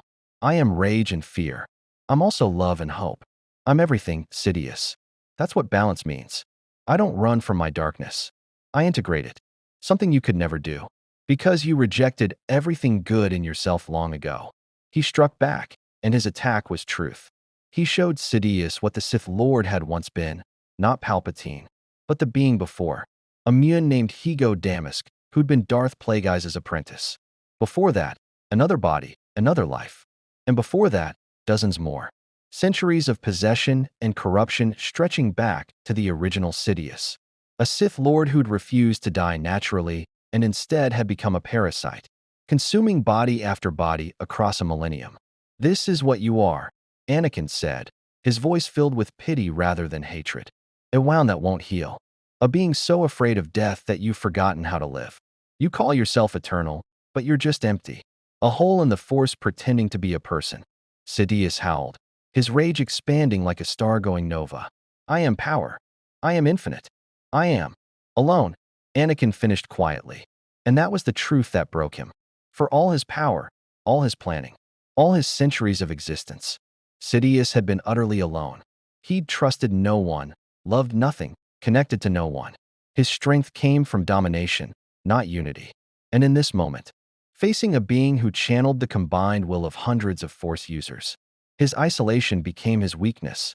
Anakin reached out through the Force, not to destroy Sidious, but to do something the Sith Lord hadn't experienced in 1,000 years. He offered connection, understanding, acceptance. You can stop, Anakin said gently. You can let go. The Force will take you, not as destruction, but as release. After 1,000 years, don't you want to rest? For one moment, one infinite, Eternal moment. Sidious hesitated. The mask cracked. The ancient being inside, worn down by centuries of hatred, glimpsed peace. Then pride reasserted itself. Never. Sidious gathered every ounce of his power, every dark side technique he'd accumulated across a millennium, and channeled it into one final attack. Reality itself buckled under the assault, a wave of pure corruption meant to extinguish not just Anakin's life, but his very existence, to erase him from the Force itself. But Anakin didn't fight it alone. The Justice League, even without the Force, felt the moment. Superman's Kryptonian willpower, Batman's unbreakable determination, Wonder Woman's warrior spirit, the Flash's unshakable optimism, Green Lantern's iron will, Aquaman's regal authority, Cyborg's fusion of man and machine refusing to be defined by either. They couldn't touch the Force, but their presence, their sheer heroic essence, created ripples, anomalies in the pattern, points of reference that reminded the Force itself of what it was meant to protect: life, hope, and the freedom to choose. The combined assault of unified Jedi, bolstered by the Justice League's anomalous presence, met Sidious's attack, and held, not through superior strength, but through something the Sith Lord had never understood: cooperation without domination, unity without submission. 7 heroes from another universe, dozens of surviving Jedi, freed clone troopers, and one chosen one in perfect balance, all choosing to stand together. The dark side shattered against that wall. Sidious's scream echoed across the system as his essence, no longer able to sustain the body he wore, began to fracture. The corruption that had kept him alive for a millennium was being purged, not by destruction, but by integration. The Force was absorbing him, taking back what he'd stolen. No, I will. I cannot. You can, Anakin said, his voice infinitely compassionate. You can finally stop. Be at peace, Sheev Palpatine. Be at peace, Higo Damask. Be at peace, all the beings you've consumed. The Force accepts you. All of you. The yellow eyes flickered, dimmed, and in their depths, for just an instant, something human looked out, something that remembered what it felt like to not be afraid. Then Darth Sidious, Dark Lord of the Sith, architect of galactic domination, dissolved into the Force. His body remained, falling slowly toward the stabilized red giant. But the presence, the malevolent intelligence that had orchestrated the Clone Wars, was gone. Not destroyed, transformed, returned to the cosmic cycle. He'd tried so hard to escape. On the frigate, every being collapsed simultaneously. The meditation broke, the connection severed. Yoda fell from his floating meditation, caught by Mace Windu. Jedi across the galaxy gasped as the dark presence they'd lived under for years simply vanished. Order 66 didn't deactivate. The chips were still there, but without Sidious's will driving the system. Confusion rippled through clone ranks. Some continued following the order. Others, feeling the Force presence fade, began questioning their actions. And in that moment of cosmic confusion, freed clones transmitted the chip removal procedures to their brothers. Not everyone would accept it. Not everyone would choose to remove their chips. But enough would. Enough to matter. Superman stared out the viewport at the drifting form of Anakin Skywalker, still wreathed in that transcendent energy. Is he alive? Barely, Obi-Wan said, his voice shaking. He poured everything into that final moment. We need to get him back. Now.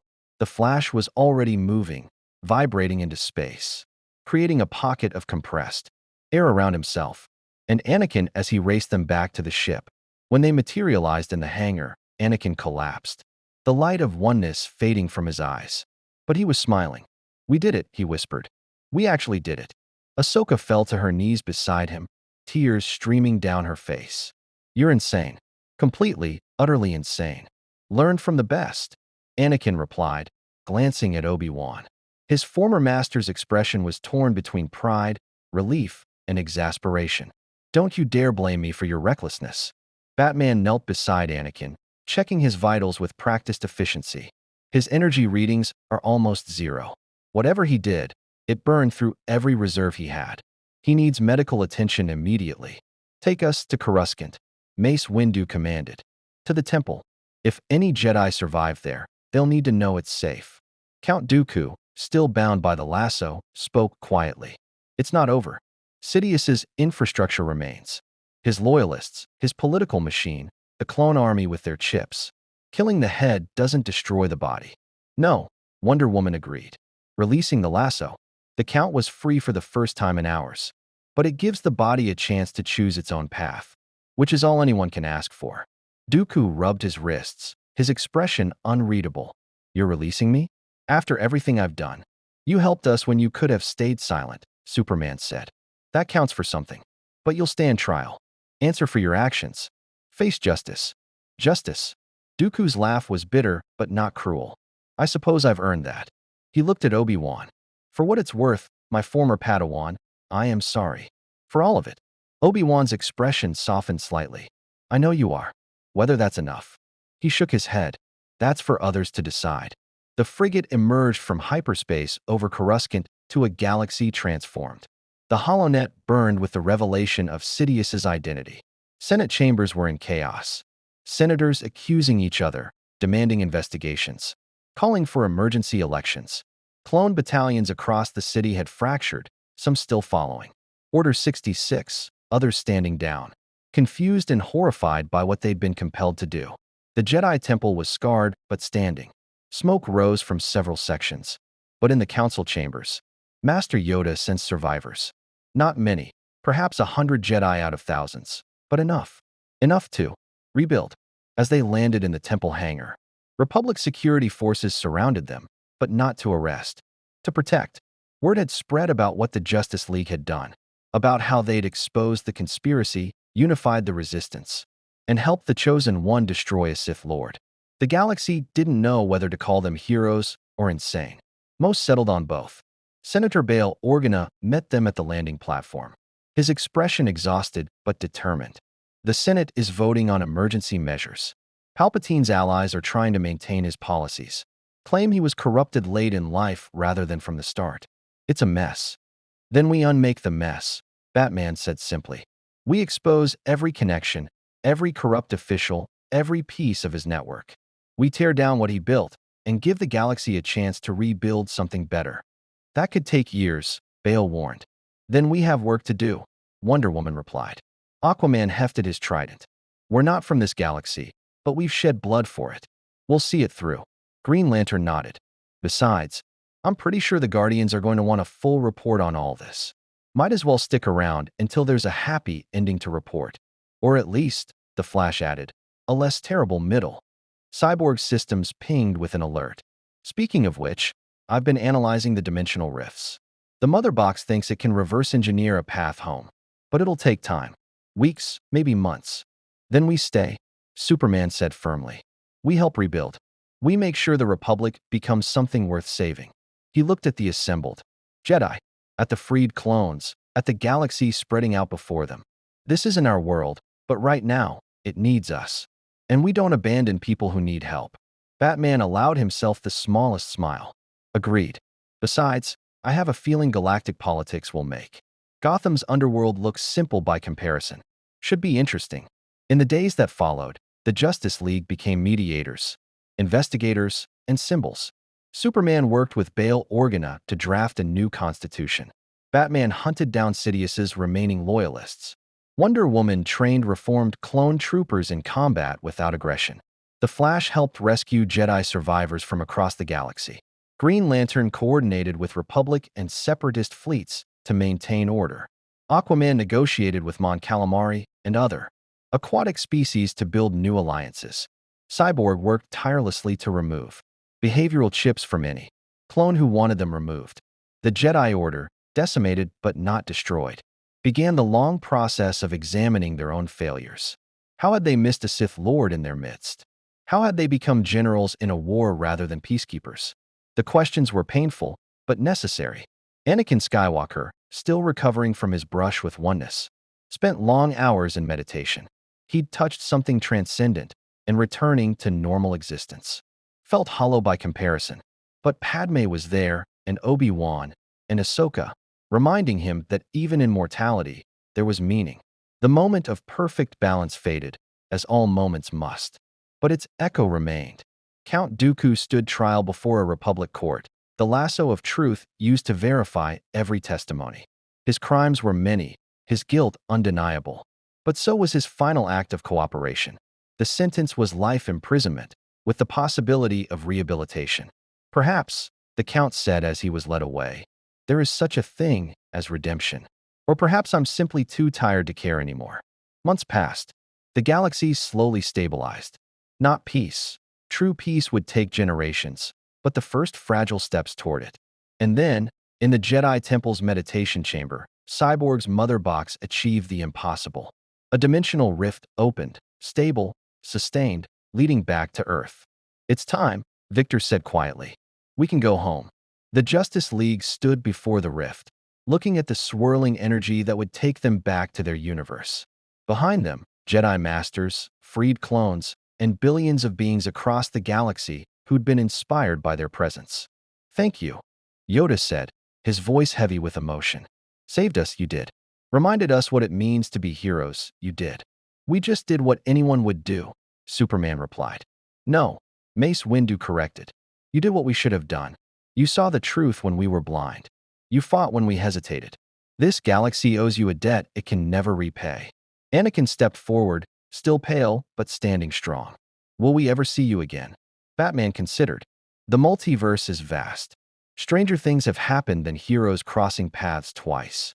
Then until we meet again, Wonder Woman said, embracing Ahsoka. May your journey be guided by wisdom and courage. One by one, the Justice League stepped through the rift. Superman last, pausing at the threshold to look back at the galaxy far, far away. May the Force be with you, he said. And may justice always prevail, Yoda replied. The rift closed. In the years that followed, the galaxy remembered them. Statues were erected. Stories were told. Children played at being Superman or Wonder Woman, heroes from beyond the stars who'd saved everyone when all seemed lost. The Republic reformed itself into something better, not perfect, but more just. The Jedi Order rebuilt, this time with humility and awareness of their limitations. Clone troopers were granted full citizenship and the freedom to choose their own paths. Some remained soldiers. Others became farmers, artists, explorers. They were no longer just tools of war. Count Dooku lived out his days in contemplation, his Sith knowledge carefully documented and studied so that future generations might recognize the signs of corruption before it was too late.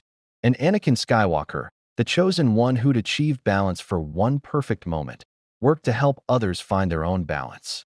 Not between light and dark alone, but between passion and peace, emotion and serenity, attachment and wisdom. He never again achieved oneness. But he'd touched it once, and that was enough to know it was possible. On distant Earth, in the Watchtower orbiting their home world, the Justice League gathered for a debriefing. Batman's report was characteristically thorough. Superman's was compassionate. Wonder Woman's was philosophical. The others added their perspectives, painting a picture of a galaxy saved by cooperation, unity, and the refusal to surrender to tyranny. Think we'll ever go back? The Flash asked. Not if I have anything to say about it, Batman replied. That place was exhausting. But you'd go back if they needed us, Superman said. It wasn't a question. Batman was silent for a moment, then sighed.